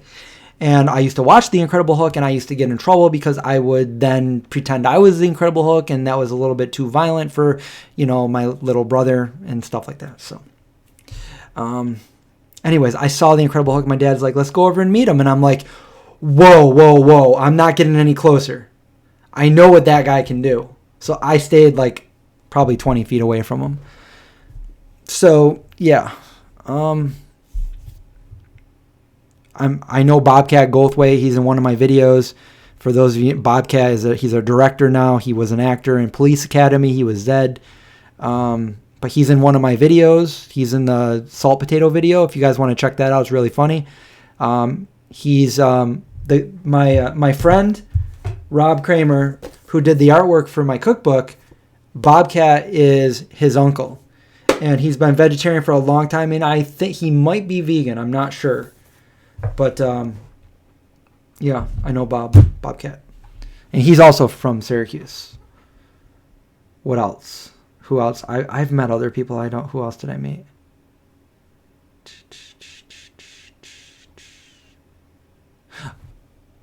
This would have been weird, but like when I was in California last, I was sitting in the movie theater right behind Moby and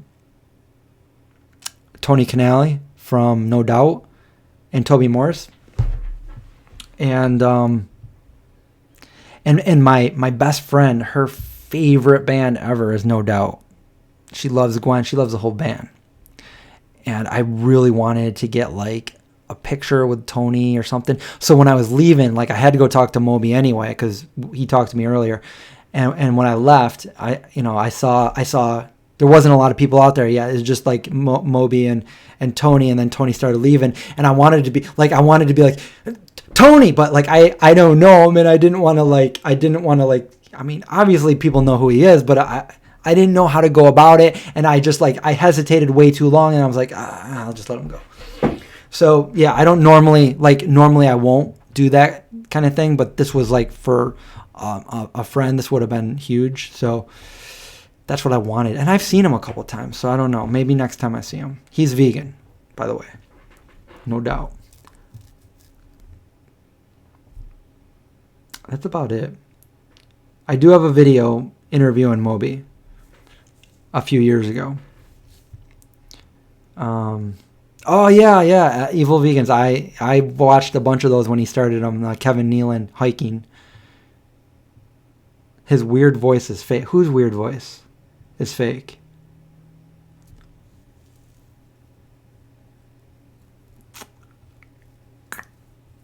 Oh, you're talking about Bob. Isn't Bobcat the dude from with the? Yeah. Well, actually, he does sound kind of like that in real life. When he talks, you can hear a hint of that. He overdoes it for his Police Academy part, but hearing him talk, you can hear that in his voice. He was really, really good friends with Robin Williams, and he took it pretty hard.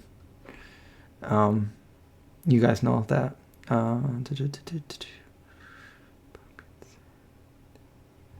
Who else? I mean, I don't know. I think, is there anyone else? Is there no one else? Is there no one else?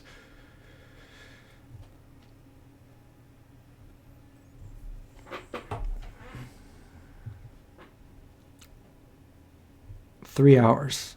This isn't the longest stream I've ever done. I think I did one for like 6 hours once. I'm not doing that tonight. I'm actually going to cut this off in probably 5 or 10 minutes. But I don't know. I hope you guys enjoyed hanging out on a Friday night with me.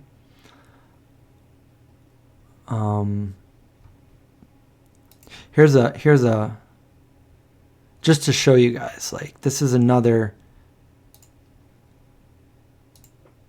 This is my dad. This is my uncle, his brother. And this is me. And my dad went out and bought the E.T. mask after the movie. And we loved it. We loved E.T. So he still has this. My dad still has this mask. And he puts it on a dummy for Halloween and just kind of sits it out there.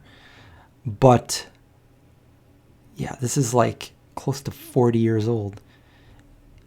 And there's the rotary phones. We all got one. We're at my grandma's house here. Rotary phone, rotary phone, rotary phone. And if you can see my uncle, he's holding up a sign that says home. So we all knew. We all got the message from E.T. is what I'm trying to say. There's no place like home. Or is that from The Wizard of Oz? To be continued.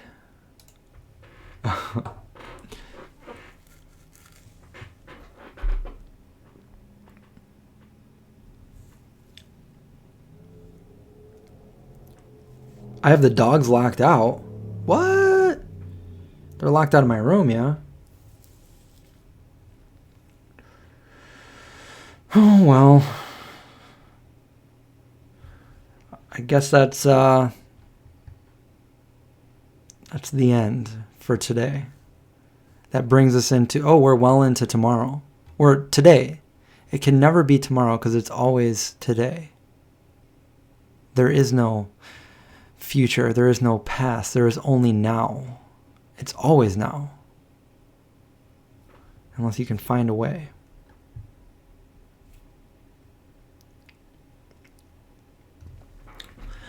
I like this improv with you guys, like reminding me of things and telling you guys stories. I would try to write down some things to talk about, some stories, but I've always been, let's just go with it. Let's just not plan. But maybe I should plan. But I did kind of plan this, and we didn't even do it. So next time we have this book. You guys have no idea what this is going to be, but it's definitely a long story. So this book we have, The Never Ending Story.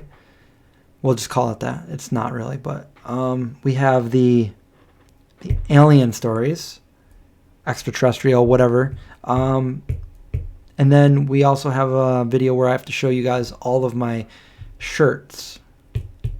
And at some point, when we can find time, I'm going to have Noah Craig on the channel too, and we'll just talk about whatever we talk about.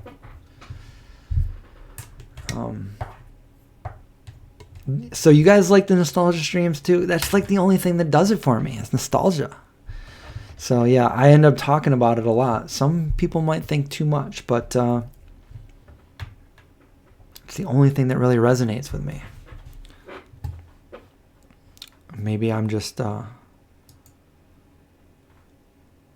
maybe I'm a real vampire. I don't know.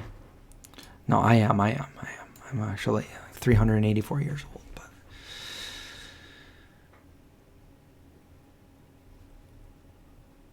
that's it.